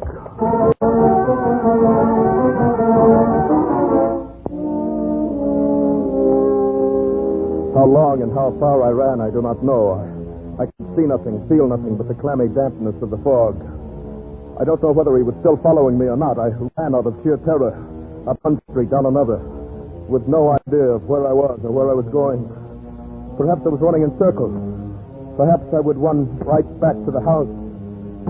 Well, I stopped. I leaned heavily against the wall. My hands were shaking as I raised them to my perspiring face. I held them there to steady them, ran them through my wet hair. My hat. I didn't have it. I'd left my hat back there in that room, on the bed beside that dead woman. And it had my initials in it.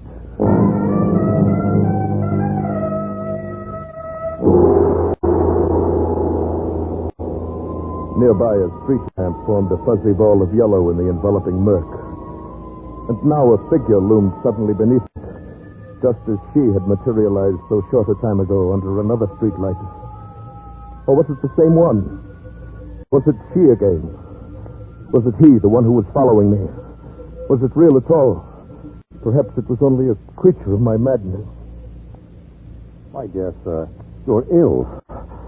Oh, hero, let me help you. Why, you're almost ready to fall. Yes, sir. Thank you. Here, just lean on my arm. Yes. You are real, aren't you? Well, I don't understand. I say, you're very near collapse, you know. And I happen to be a doctor. Luckily, too, you're just outside my very house. Come in for a moment, won't you? Why, you're very kind. Yes, I will, if it's not too much trouble for you. None at all, my dear chap. Please do.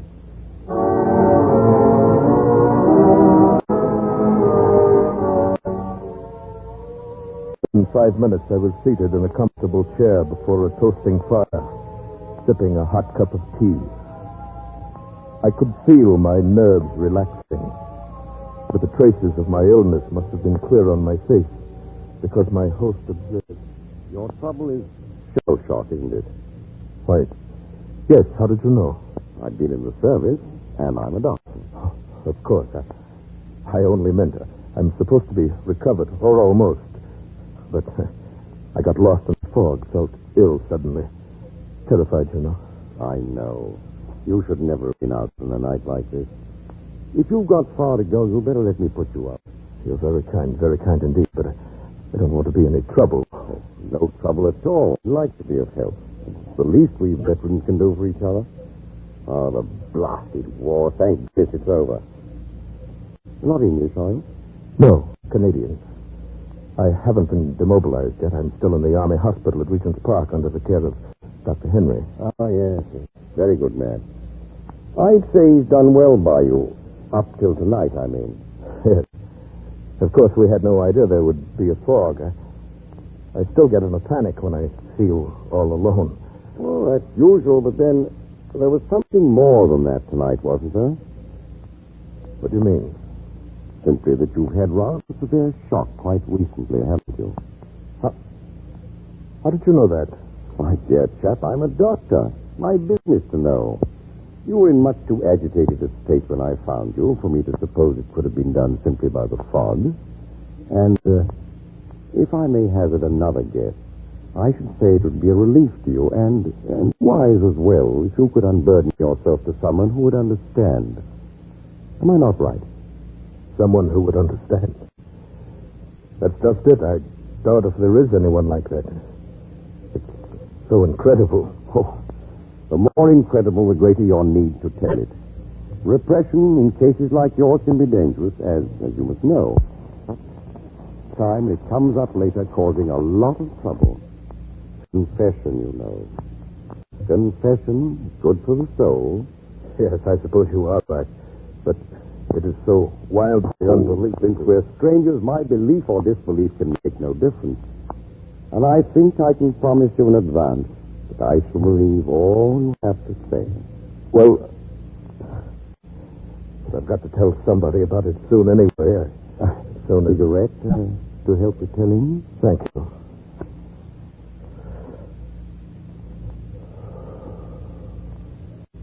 Thank you. Well, I'd better start back at the very beginning of the adventure, then. It started today at the sanitarium. I've been there for some months, and today, when Dr. Henry called to check on me, I knew... Well, young man, you're as fit as a prize heifer and twice as frisky. The diet here must agree with you. I have no complaints, Doctor. If I'm well again, then I'd like to get back into the circulation. Will you listen to him, nurse? Rushing things as usual.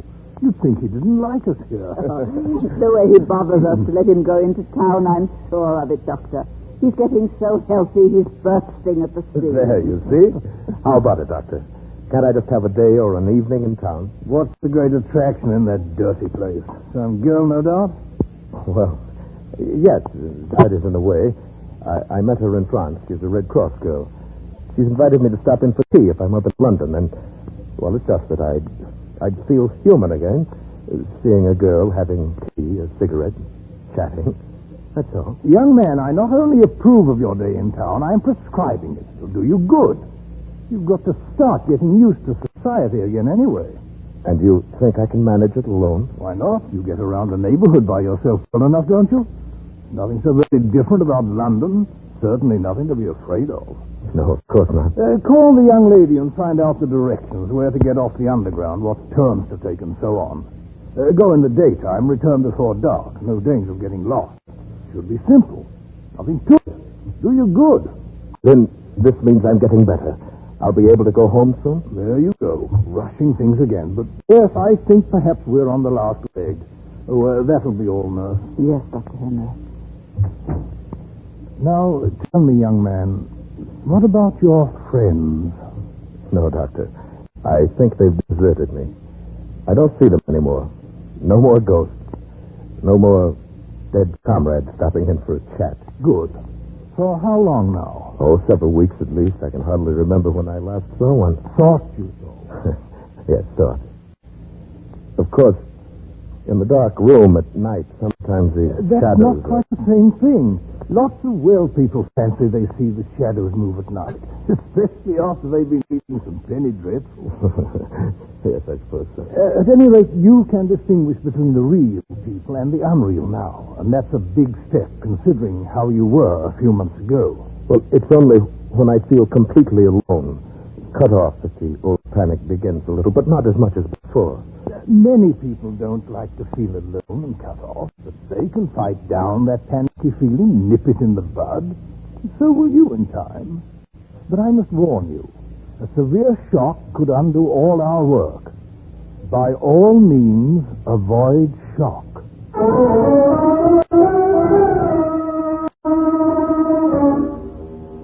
Avoid shock, he said. Very funny, isn't it? But who could have known then what would happen? How could I have suspected as I went about planning my day in town, my holiday?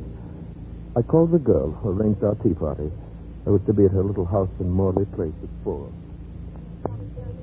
The first time. With your Canadian backwoods instinct, you'll probably manage it better than any Londoner. Yes, I'm sure I will. It's near South Kensington Station, then. Exactly. It came to Piccadilly Circus. Yes. Without leaving the underground station. And come to South Kent.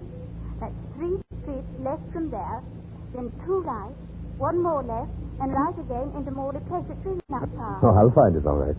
Now, don't go to any great bother. Oh, you just leave that to me. This is a special occasion, you know. Till 4, then. Until 4. Yes. Thanks.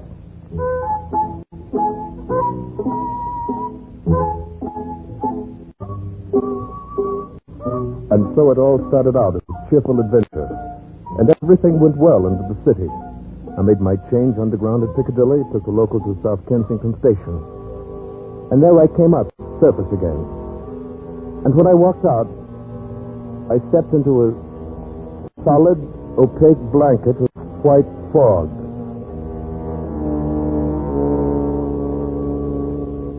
I could hear the traffic, the rumble of the city around me. I could hear footsteps, an occasional muffled voice. But I could see almost nothing. This is how a blind man feels then. The only objects of relief from that dreadful enveloping gray wall were an occasional blur of yellow from a street lamp or a motor car headlight. A glimmering patch from some big lighted shop window here and there. The figures of other people passing by. Dark and floating and distinct. Or were they people? Might they not be those phantom figures again? Just like the ones that haunted me before I went into the sanitarium. Ghostly, blurred figures of dead comrades from Dunkirk and Abbeville and the mud of Belgium. Here comes another one. I can hear his cane tapping. Look closely now, make sure.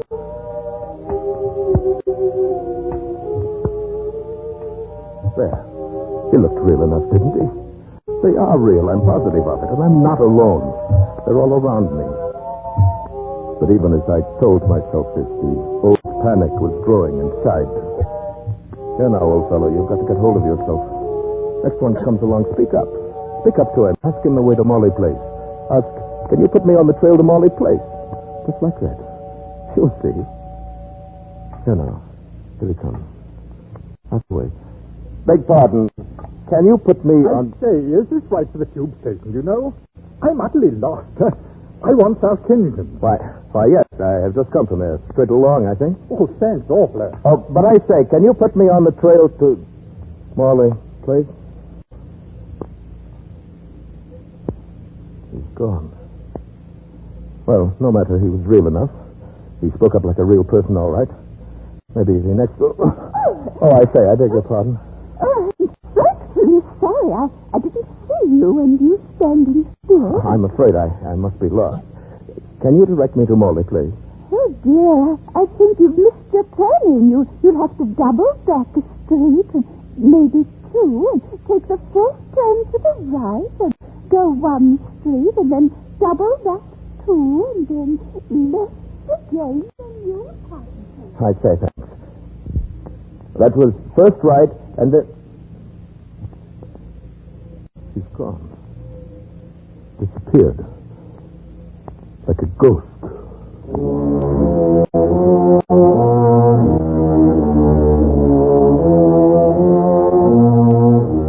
The panic was rising in me. They were real people, yes, but they appeared and disappeared so disconcertingly quickly. And when I turned off down the main street, there were fewer of them. I turned again and again. But I couldn't remember the direction.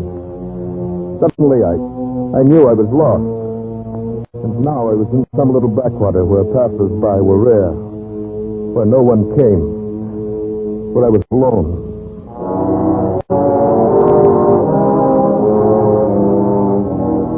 Now the panic swept over me. I stumbled on a curve. My cane swept empty air. I fell to the icy pavement. I was shaking so that I couldn't rise to my feet. I crawled across the open space of the street on my hands and knees. Only when I crossed the curb and felt a warm wall could I stand up again. And then I stood there, shaken and frantic. Morley Place must be very close. The little Red Cross girl waiting with her warm fire and hot tea. But where? Where?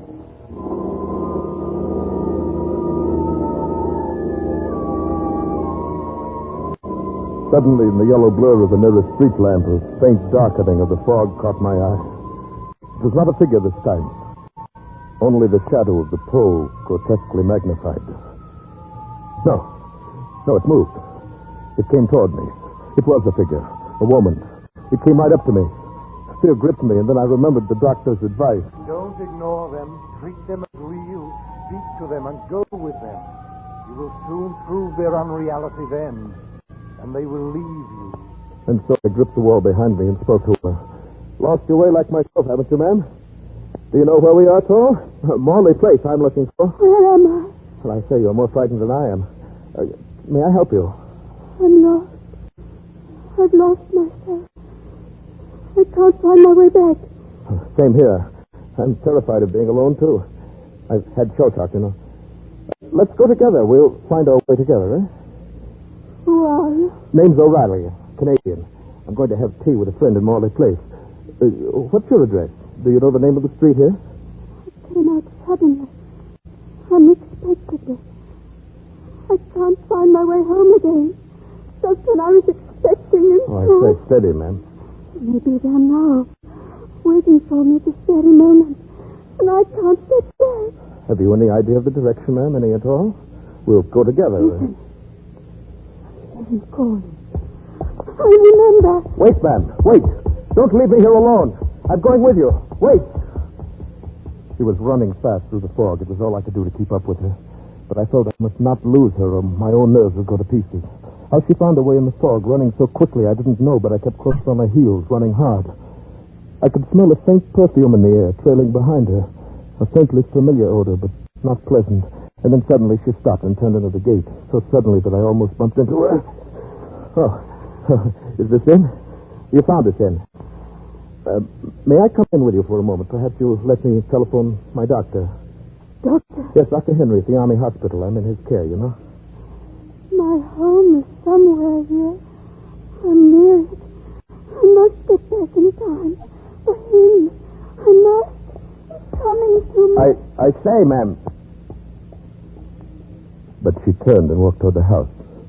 For a moment I hesitated. This woman was acting very strangely. But no matter, she was at least real, and I needed help. Quickly, I followed her up the steps across the porch. The door was ajar. She slipped through, and I followed into the dark house. It was so dark inside, I couldn't see anything at first. I stopped, groping. But she went on quickly, easily, as if she knew the way. She was ignoring me completely. I heard her steps across the hall, go up the stairs quickly. I waited and listened. She walked along the hall upstairs.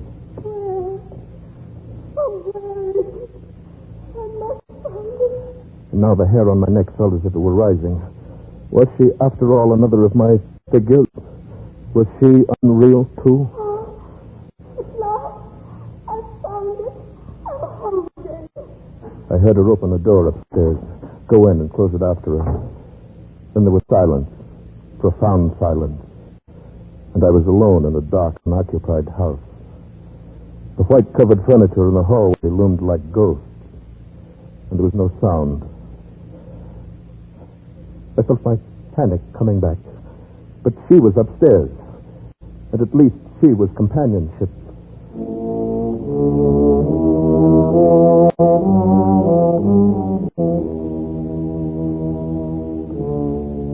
I groped my way up the stairs. Along the upstairs hall. There was no sign of life. Where are you? I want to help you. Which room are you in? There was no answer.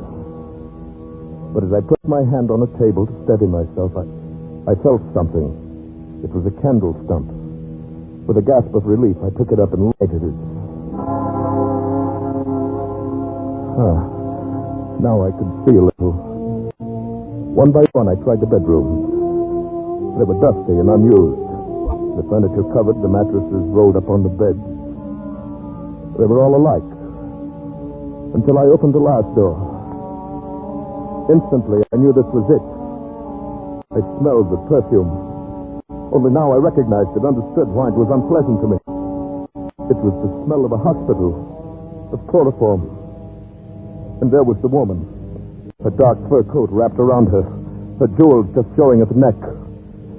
And she was stretched out on the bed, motionless. Instantly, I knew she was dead. In the next instant, I thought I would go mad. The blood on her face was congealing. Her skin was cold. I knew then that she'd been dead for an hour at least. And that what I saw in the street was not real. This was the shock that Dr. Henry had warned me to avoid. And what happened then? Well, I heard the door open up downstairs. Someone came in. The one she'd been expecting, no doubt. And suddenly I realized the danger of my being found there beside a woman who had obviously been murdered. Well, I slipped into another bedroom, and when he went into that room with her, I slipped out and stepped downstairs. I stumbled and he heard me, and I came out. I ran down and out into the fog, into the street and away. How long I ran or where, I don't know. When I was exhausted, I stopped. And then you came and found me. Well, what do you think? Tall tale, isn't it? Yes. Strange, but not incredible. I see no reason to disbelieve anything you've told me. Things equally remarkable, equally incredible happen every day in a big city. I know from personal experience. Oh, I could give you many instances. But the woman, I saw her, and yet she was already dead. Such things are hard to explain, perhaps cannot be explained, except, of course, your mind in its present state may still play tricks on you. Perhaps you saw a woman in the fog and followed her. You may have missed her and only thought you saw her go into that house. But what about the dead woman? She was real enough? Perhaps, perhaps not. She, too, may have been just fantasy. You may never have left the street. No, I'm sure of that, at least. I must believe it. She was real, and the man who came up the stairs was real. If I didn't believe that, I think I should go mad. Yes, perhaps that is important. Then, let me see. Have you any proof of what you saw? Something, perhaps, that you carried away with you? None.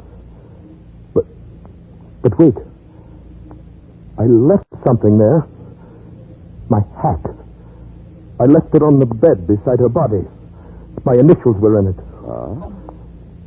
And so if it was all real, I shall be getting a visit from the police one day soon. Perhaps. And then I'll know. And I'll be charged with murder. I don't think so. You think the police would believe this fantastic story? As I told you, many strange things happen in a city like this. For instance, I knew of a similar case many years ago. Strangely similar case. Almost a coincidence. Would you like to hear it? Yes, I suppose so. It happened during the last war. A colleague of mine, a surgeon now dead, married a charming girl, young and beautiful. He was wealthy, and they lived comfortably for many years. They seemed happy together. Then came the war, and he went overseas. His income was stopped, of course, the big house closed. His wife found life not so pleasant as before. And somehow she blamed her new hardships on him. You see, she was devoid of imagination, without any power for sacrifice. But she was still young and beautiful. The inevitable young man came along to console her. He was rich. They planned to go off somewhere. Only by chance, the husband came back from overseas suddenly. Just in the nick of time. Well, he should have let her go. He was well rid of her, I'd say. Well rid of her, yes. Only he decided to make the riddance final. He decided to kill her and her lover. You see, he loved her. He planned the time and place carefully. They met, he knew, in the big house, now closed. He waited for them there. The plan failed, however, in one important detail. She came at the appointed time, but without her lover. She found death waiting for her. Oh, completely painless death. But the lover did not come.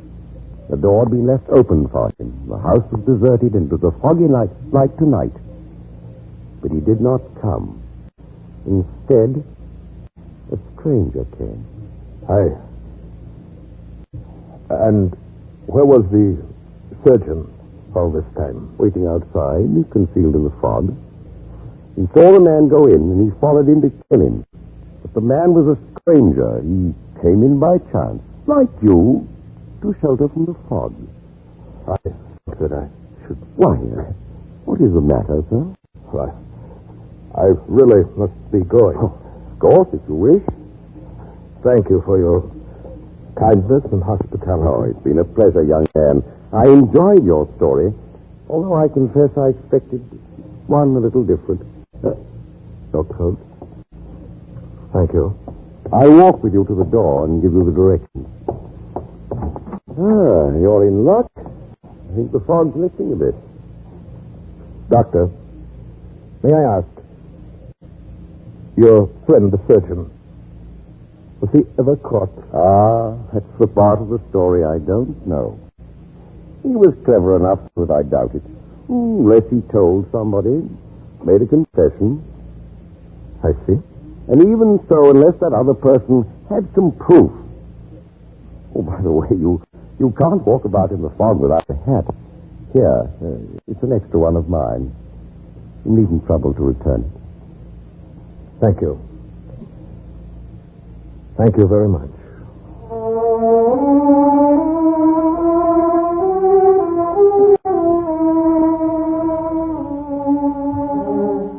I went out of his consulting room with a hat on my head. In 10 minutes, I was at the tube station. It was only there that I permitted myself to take off the hat and look at it. It was my own. The hat I had left on the bed beside the dead woman.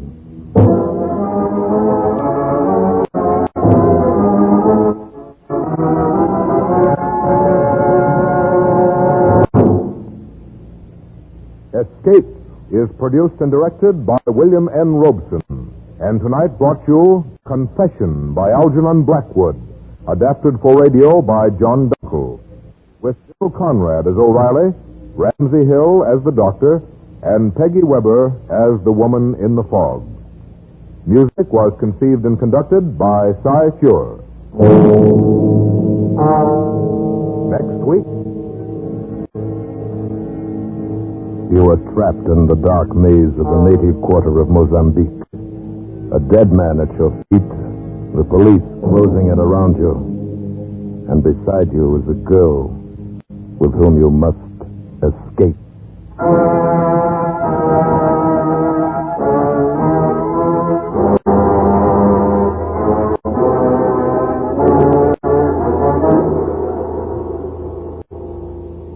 Next week, we escape with Percival Gibbons' fast-moving adventure, Second Class Passenger. Good night, then, until this same time next week, when again we offer you Escape.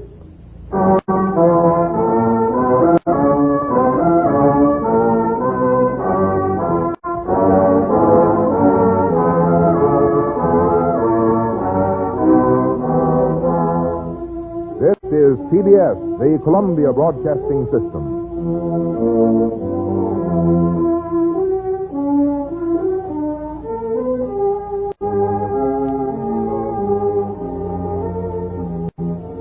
But if you really want to appeal to his better nature, see that he winds up every meal with a good big cup of satisfying Lipton tea. Men certainly go for that brisk Lipton flavor. It's so lively and full of zip. So make a note right now to ask your grocer for Lipton tea tomorrow morning. Once you taste full-bodied Lipton tea, you'll know why you find Lipton tea in more teacups than any other brand of tea in the world. For Lipton is tea at its delicious best. Start enjoying it real soon. Get the tea with brisk flavor. Get Lipton tea. Keep it tuned right here to HOJO Radio for more classic old-time radio.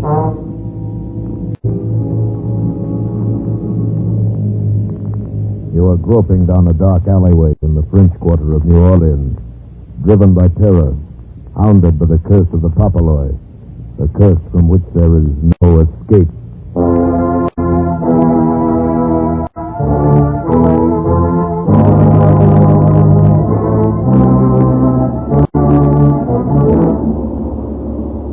Escape, produced and directed by William N. Robeson, and carefully contrived to free you from the four walls of today for a half hour of high adventure.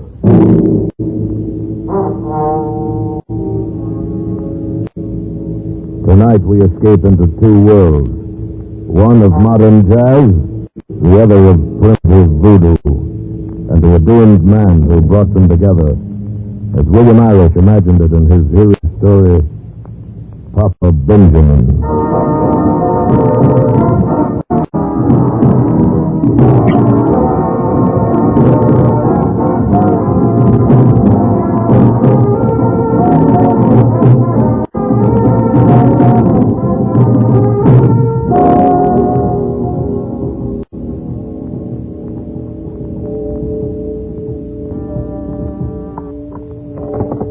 All this police department, 4th Precinct, Sergeant Tolliver speaking. Yeah? Well, pick him up on a drunk 723. Right. Yes, sir. What can I do for you? Are you in charge, sir? Yeah. Hey, aren't you Eddie Block, the band leader? That's right. Hey, Joe, look what's here, Eddie Block. Well, never thought we'd get a visit from a big celebrity like you, Mr. Block. And it's 4 o'clock in the morning. I suppose, though, this is just a shank of the evening for a big shot orchestra leader. Well, what can we do for you, Mr. Block? I just killed a man. You're kidding. I tell you, I've just killed a man. Well, I guess you've been working too hard, Mr. Block. You're imagining things. Yeah, here's the gun. Look at it. Yeah. Now, sit down, Mr. Block. Better have a drink of water. You'll feel better. No. I'm all right. Sarge? Yeah? This gun's been used or not? No. Was it an accident, Mr. Block? No. Well, who'd you use it on? Who was it? I don't know his name. They call him Papa Benjamin. Sounds like Yeah. White man? Oh, he was a Negro. Oh, well, now, in New Orleans... Oh, no. It's nothing like that. Well, what was he doing to you? He was killing me. Killing you? Well, but how? Look at me. I used to weigh 200 pounds. I'm down to 102. Well, how? How was he killing you? Would you believe in anything you can't see, can't hear, can't touch? Well... I've been to the biggest doctors in the world. They don't believe me. How can I expect you to? The super sand cracked and let it go at that. I don't want to spend the rest of my life in an asylum. Ah, look, Mr. Block. You say he was a Negro named Papa Ben. Yeah, he was an old man. 80, maybe 90. Skin and bones, he could hardly walk. I shot him. You sure? You sure you killed him? Yeah, of course. Well, where? I don't know exactly. In a little back alley in the Vieux Carré. Near Congo Square. Well, supposing you take us there. If you do that, then maybe we'll find out this is just a bad dream.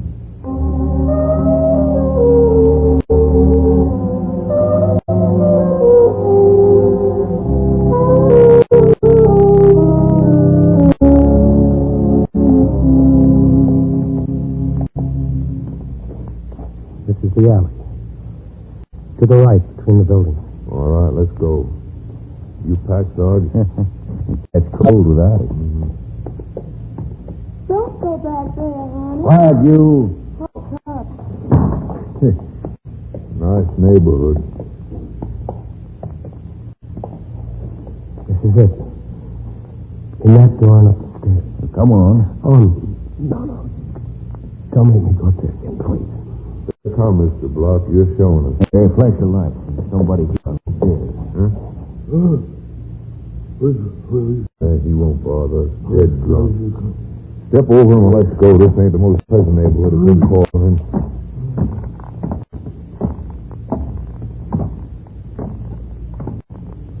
Is this it? Yeah. In that door. Come on.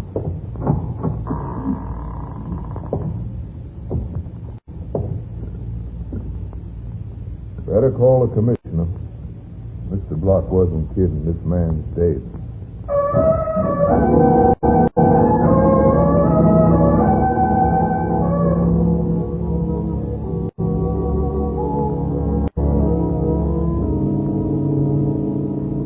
But why? Why? Because he was killing me, Commissioner. It was self-defense. He never came near me once. I was the one who went to him. I offered him $3,000, $10,000, any amount, and he refused. Finally, I offered him my gun and asked him to shoot me with it to get it over with quickly, not to drag it out any longer. Then when he said no, you shot him. Yeah. So you can lock me up now. Mr. Block, do you think we want to hang a murder rap on you, one of the most popular celebrities in the United States? Use your head. Now, I'm trying to find an out for you. He was killing me. Look, an 80-year-old colored man who's so feeble he can't even go upstairs by himself, who has to have his food pulled up to him in a basket, is killing who? A stumble bum his own age? No. Mr. Eddie Block, the top band leader of America, who can name his own price anyway, who has about everything a man can want. Tell me just one thing, Mr. Block. How was he killing you? By thinking thought waves of death that reached me through the air. Now, Mr. Block... You want to hush the whole thing up, don't you? No. No, Mr. Block. But I'm going to get the whole story. So you might as well start telling me from the beginning. All right. Began one night about 2 years ago. We were playing at Maxim's on Charles Street.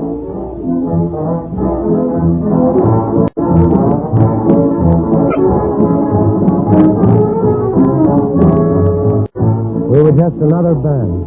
Small Dixieland outfit then. Eddie Block and his chip. Judy Jarvis, my wife, did the vocals. But we weren't setting the world on fire.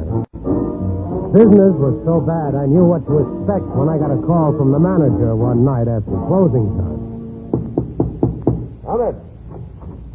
Oh, hi, Eddie. I thought we'd better have a little talk. It's that bad, huh? We took in $4,500 this week. Yeah, I see. And you can cancel my contract anytime it falls under $5,000. You get it. Eddie, they can get the same liquor and sandwiches anywhere, but they'll go where the band has something. Tonight there were more waiters in the place than customers. Judy didn't even get a hand. It's not her fault. I know it's not her fault. She's okay, but... Well, I'm asking you, what's wrong? I don't know. I'm getting the latest arrangement sent to me from New York.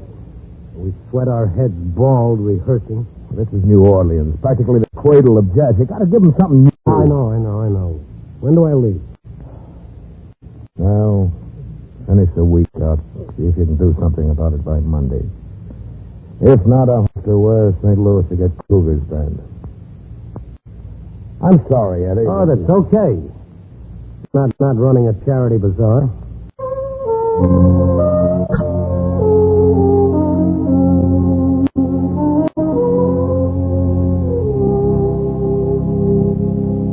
But I didn't feel so cocky about it. It looked like we were on the skids. The band just didn't seem to have it. And I wasn't good enough to figure out why and pull them out of it.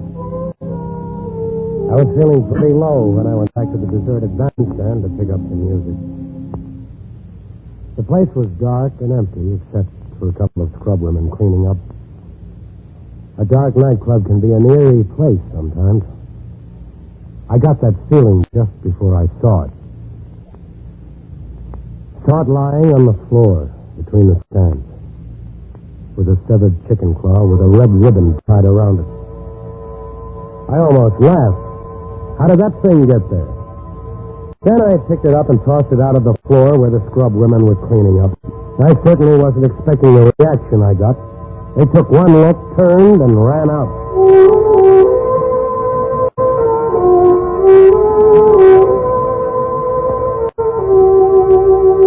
I just recovered from that surprise and was bending down to pick up some music that had slipped to the floor when I heard someone come in. I guess I was pretty well hidden from view. Anyway, he didn't see me.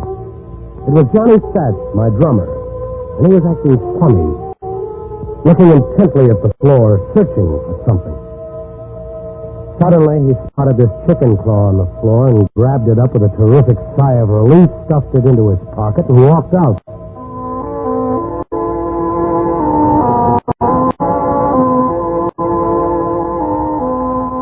What I did then, I did on a strange impulse, and it changed the whole course of my life. I followed Johnny Stats.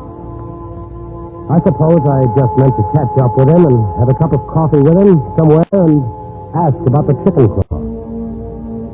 But as I followed him farther and farther down into the New Carré, down to Congo Square, it was a growing curiosity that kept me on his trail. When he turned into that dark alleyway, I stopped and debated. I felt like an eavesdropper, and yet something drew me on. And I walked up that dark alley. I passed that one lighted window. But I went on.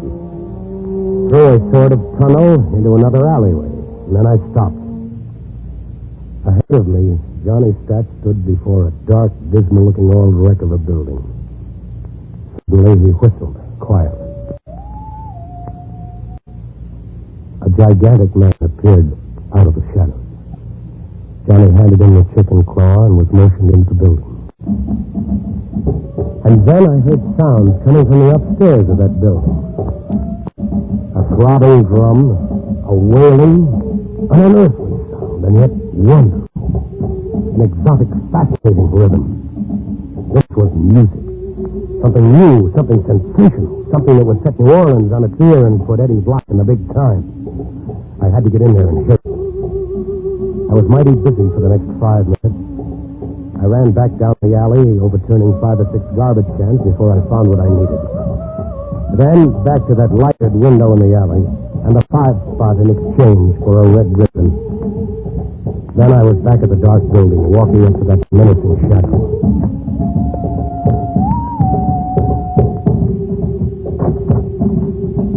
Line up. Let me see your face. Okay. Easy with that knife. My ribs are tender. Your face never been here before. My friend Johnny Stats up there. He'll tell you. Mr. Johnny, your friend? Yes, who comes? This chicken claw told me to come. Papa Benjamin sent you there? Certainly. You're regular late. Papa Benjamin won't get that. All right, go on in. First thing you know, all the ballers on this car. I groped up the stairs, half expecting to feel his knife in my back. But I got to the top safely. Cautiously, I opened the door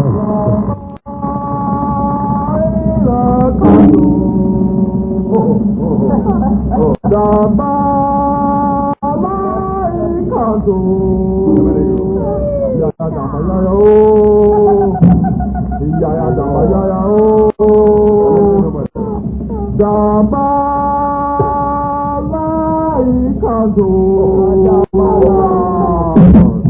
room was full of people. They were in such a state of frenzy, I wasn't even worried. I slipped into a corner and slid down by the wall, sitting on the floor. That was a thing I'll never forget. Wild, fantastic, hideous, revolting, fascinating. In the center of the room was an incredibly old man, naked to the face, wearing a hideous mask, and holding a live chicken. There were wild gestures, weird incantations, frantic dance, shouting, rolling of eyes. And there was blood. And always there was a chant. Nobody noticed me. At the moment, I took a piece of copy paper out of my pocket and began putting down the notes. It was wonderful. Fantastic and wonderful. In 10 minutes, I had it. And I'd seen enough for a lifetime of nightmares. I began to feel sick. I wanted to get out. I started to stand up. Suddenly, the room was dead. A stranger is here. His bony arm stretched out straight from the shoulder, pointing at me like an arrow. And there was blood on it. What you do here? I know this man. Let me find out. No one moved. There was no sound in the room as Johnny Stats came over and squatted beside me. You're in terrible trouble, Eddie. I don't know if I can get you out of it. What is this, Stats? What are you doing here? There's no time to talk now. You've got to do something quickly. You'll be a dead man. Why? I'm in the very heart of New Orleans. They wouldn't dare. Listen, you've seen enough tonight to know better. Eddie, there's only one way. What? Join. Become one of us. Oh, it's no. the only way, Eddie. I can't save you. You'd better hurry up, because unless you do, you'll never get out of here alive. This is voodoo. Okay, sure. I'll join up. Why not? Wait a minute, Eddie.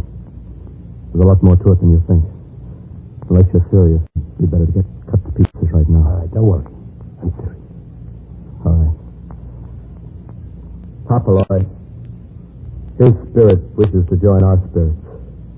The old man blew some feathers while the others watched silently. Then he nodded. Came out all right.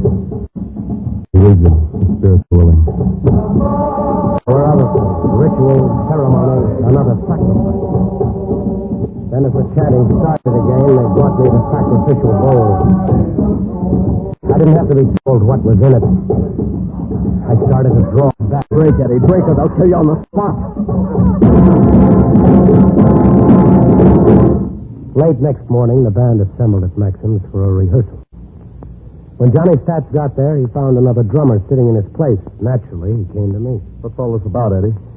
I don't want any voodoo lover in my band, that's all, Stats. Here's a check for 2 weeks' salary. So you're crossing him, are you? Boy, I would want to be in your shoes for all the gold in Fort Knox. If you mean that bad dream last night, I haven't told anybody and I won't. I'd be laughed at. I'm only remembering what I can use of it. The jungle is just trees to me, the Congo a river, and the nighttime is just a time for electric light. Hey, but this new number you're going to rehearse this morning. I said I'd remember what I can use. Listen, Eddie, that chant is sacred. It's secret. It was secret. Eddie, don't do it. Look, here's a couple of notes. Hand them these. That ought to pay up my dues from now to doomsday, and I don't want a receipt. And if they try putting poison in my orange juice, they'll end up in a chain gang. It's not that easy, Eddie. You're one of us. Oh, get out. Goodbye, dead man. Graham, the manager of the club, changed his mind about canceling our contract when he heard us rehearse the cast. Instead, he spent 5 G's in publicity. And Saturday night was set for the big unveiling. It seemed like all New Orleans tried to jam into Maxim's, came to hear the voodoo chant, the real thing. Just before we were ready to hit it, Judy came up. Eddie, listen. Let's not do it. Oh, what do you mean, baby, not do it? This is it. This is our ticket to the big time. It'll be sensation. No, but I got a funny feeling. And look, I found this under your dressing room door just now. It sounds like a warning. Somebody doesn't want you to play that number. Let me see. You can summon the spirits, but can you dismiss them again? Think well. Forget it, baby. Stats is trying to scare me because I fired him. Ladies and gentlemen. Come on, honey, let's go. They're waiting. Takes great pleasure in bringing you a historic moment in musical history. You're about to hear for the first time anywhere the voodoo chant, the age-old ceremonial rhythm no one but the initiated has ever heard before. This is the real thing, an accurate transcription, not a note's been changed. So, ladies and gentlemen, Eddie Block and his Chips present for the first time anywhere the voodoo chant.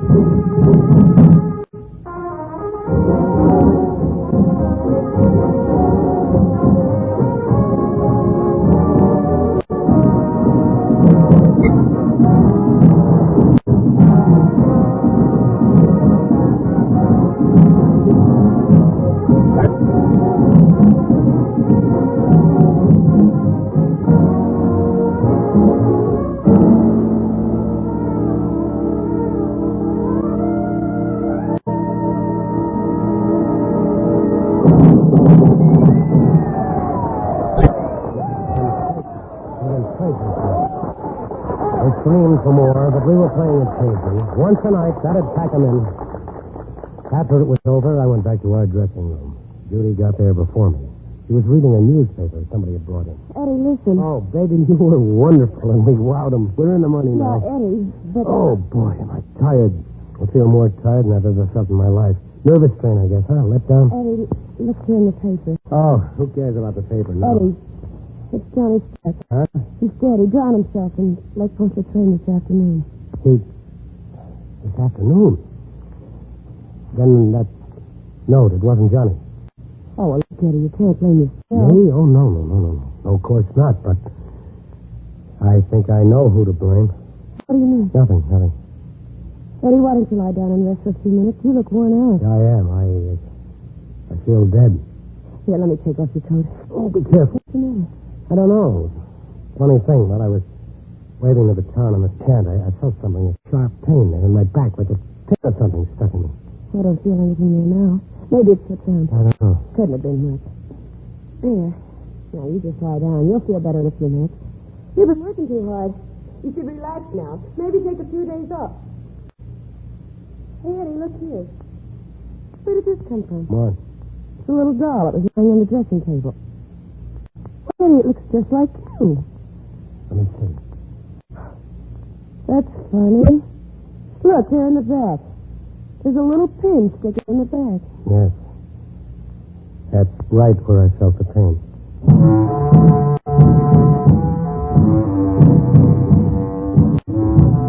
Started. The next day, I had a backache.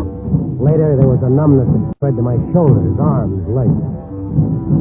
I felt tired all the time, listless, dead. I began to lose weight. I couldn't get Johnny Stats out of my mind. He'd introduced me to them, vouched for me, and he'd committed suicide. He knew. He hadn't waited. I decided to get out of New Orleans. I went to New York, playing the chant, of course. I had to. It was my biggest asset now. But nothing changed. I was losing weight. From a husky 200 down to 100. I couldn't sleep. Maybe if I put a notch in between. I took an offer in London, toured the continent, away a year. I was an international hit now, the biggest attraction in music. But I was down to 110, dying on my feet. The doctors couldn't figure it out. Reynolds in London told me. You're as normal, Mr. Block, as anyone I ever examined. You're so well balanced that you haven't even got that extra little touch of imagination most actors and musicians have. I guess that's true, Doctor. I'm just mediocre. And yet you might say my success is killing me.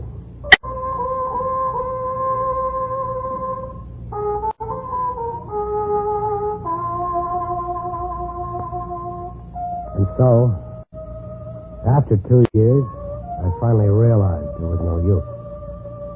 I came back. Back to New Orleans. And back to the dark alleyway down near Congo Square. I could just barely drag myself along. But I had to see Papa Benjamin. I slowly climbed the stairs. Up to that loathsome door. I went in. There he was. Papa Benjamin. Staring at me from the bed as if he'd been expecting. Then he started to laugh.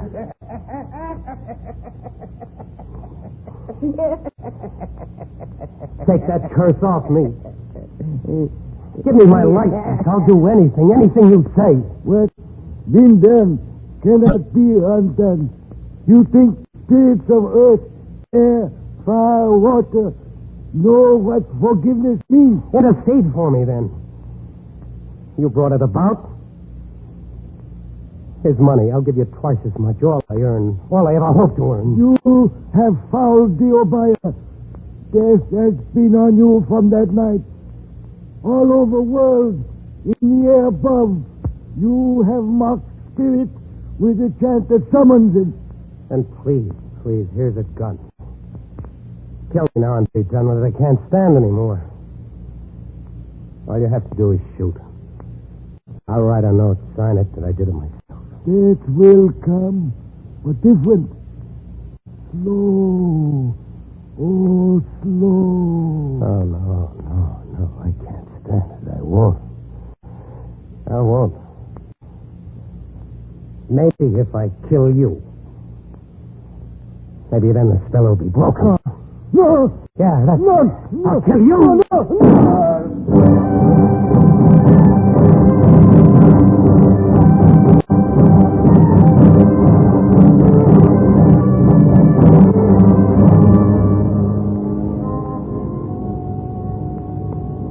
And that's all, Commissioner.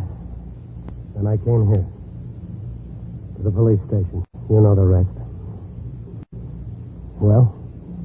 All right, Mr. Block. Don't believe me, do you? Yes, I believe you. Not about the curse, of course.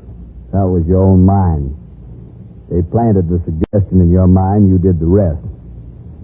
But it's plain that you killed in self-defense. Crazy kind of self-defense, but I think we can manage it. We'll try.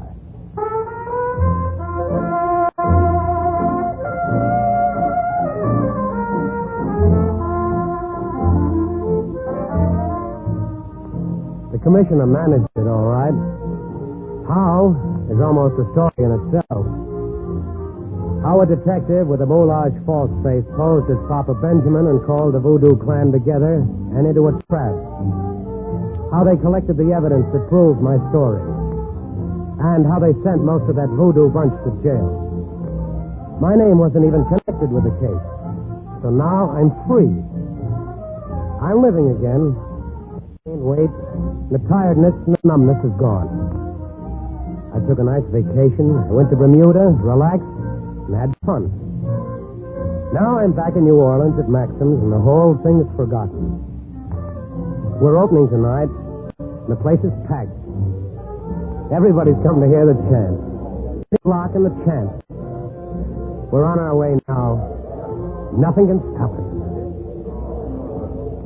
And now, ladies and gentlemen, we welcome back on his triumphal return Eddie Block and his chip, playing for you the one and only Voodoo Chant.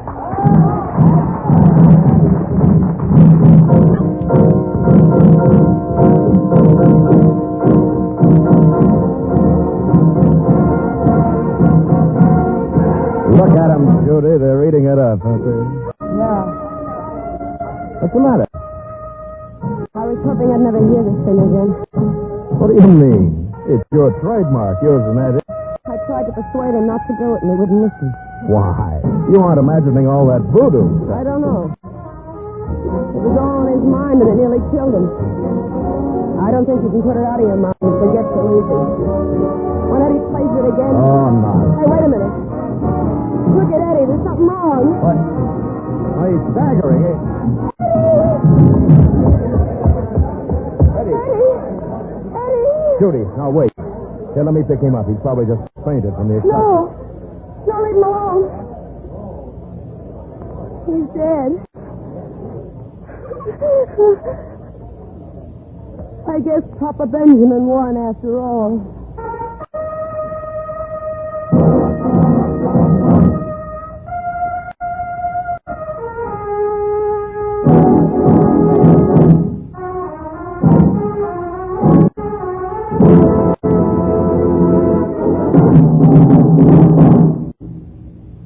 Escape is produced and directed by William N. Robeson, and tonight brought you Papa Benjamin by William Irish, adapted for radio by John Dunkel, with Frank Lovejoy as Eddie Block, Louis Van Ruten as Papa Benjamin, Harry Bartell as the police commissioner, and Joan Banks as Judy.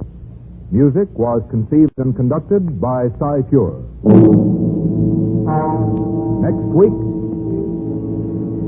You are speeding through the night on the Istanbul Express. You're alone and unarmed.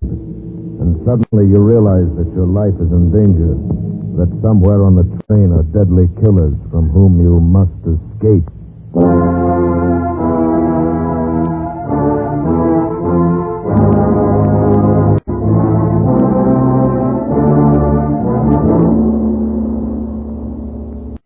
Next week, we escape with Harold Lamb's exciting adventure story, 3 Good Witnesses. Good night, then, until this same time next week, when again we offer you Escape.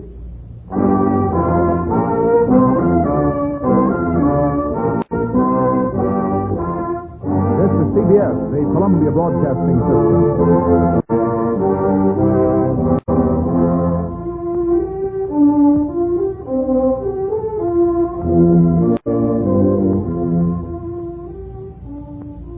Here's Ella Raines, one of Hollywood's loveliest young stars' own tip on complexion care. I never skip my Lux Soap facials a single day, she says. They're so quick and easy. I just cream the rich Lux lather well into my skin. Rinse with warm water, then a quick splash of stimulating cold. I pat to dry with a soft towel. Now my skin feels so satin smooth and soft. Try this simple care Ella Raines recommends. It's so easy to be Lux Lovely. Lux Soap has active lather, you know, that really makes skin lovelier. That's why 9 out of 10 screen stars use fragrant white Lux toilet soap regularly. Thanks for listening to HOJO Radio. We'll be back again very soon.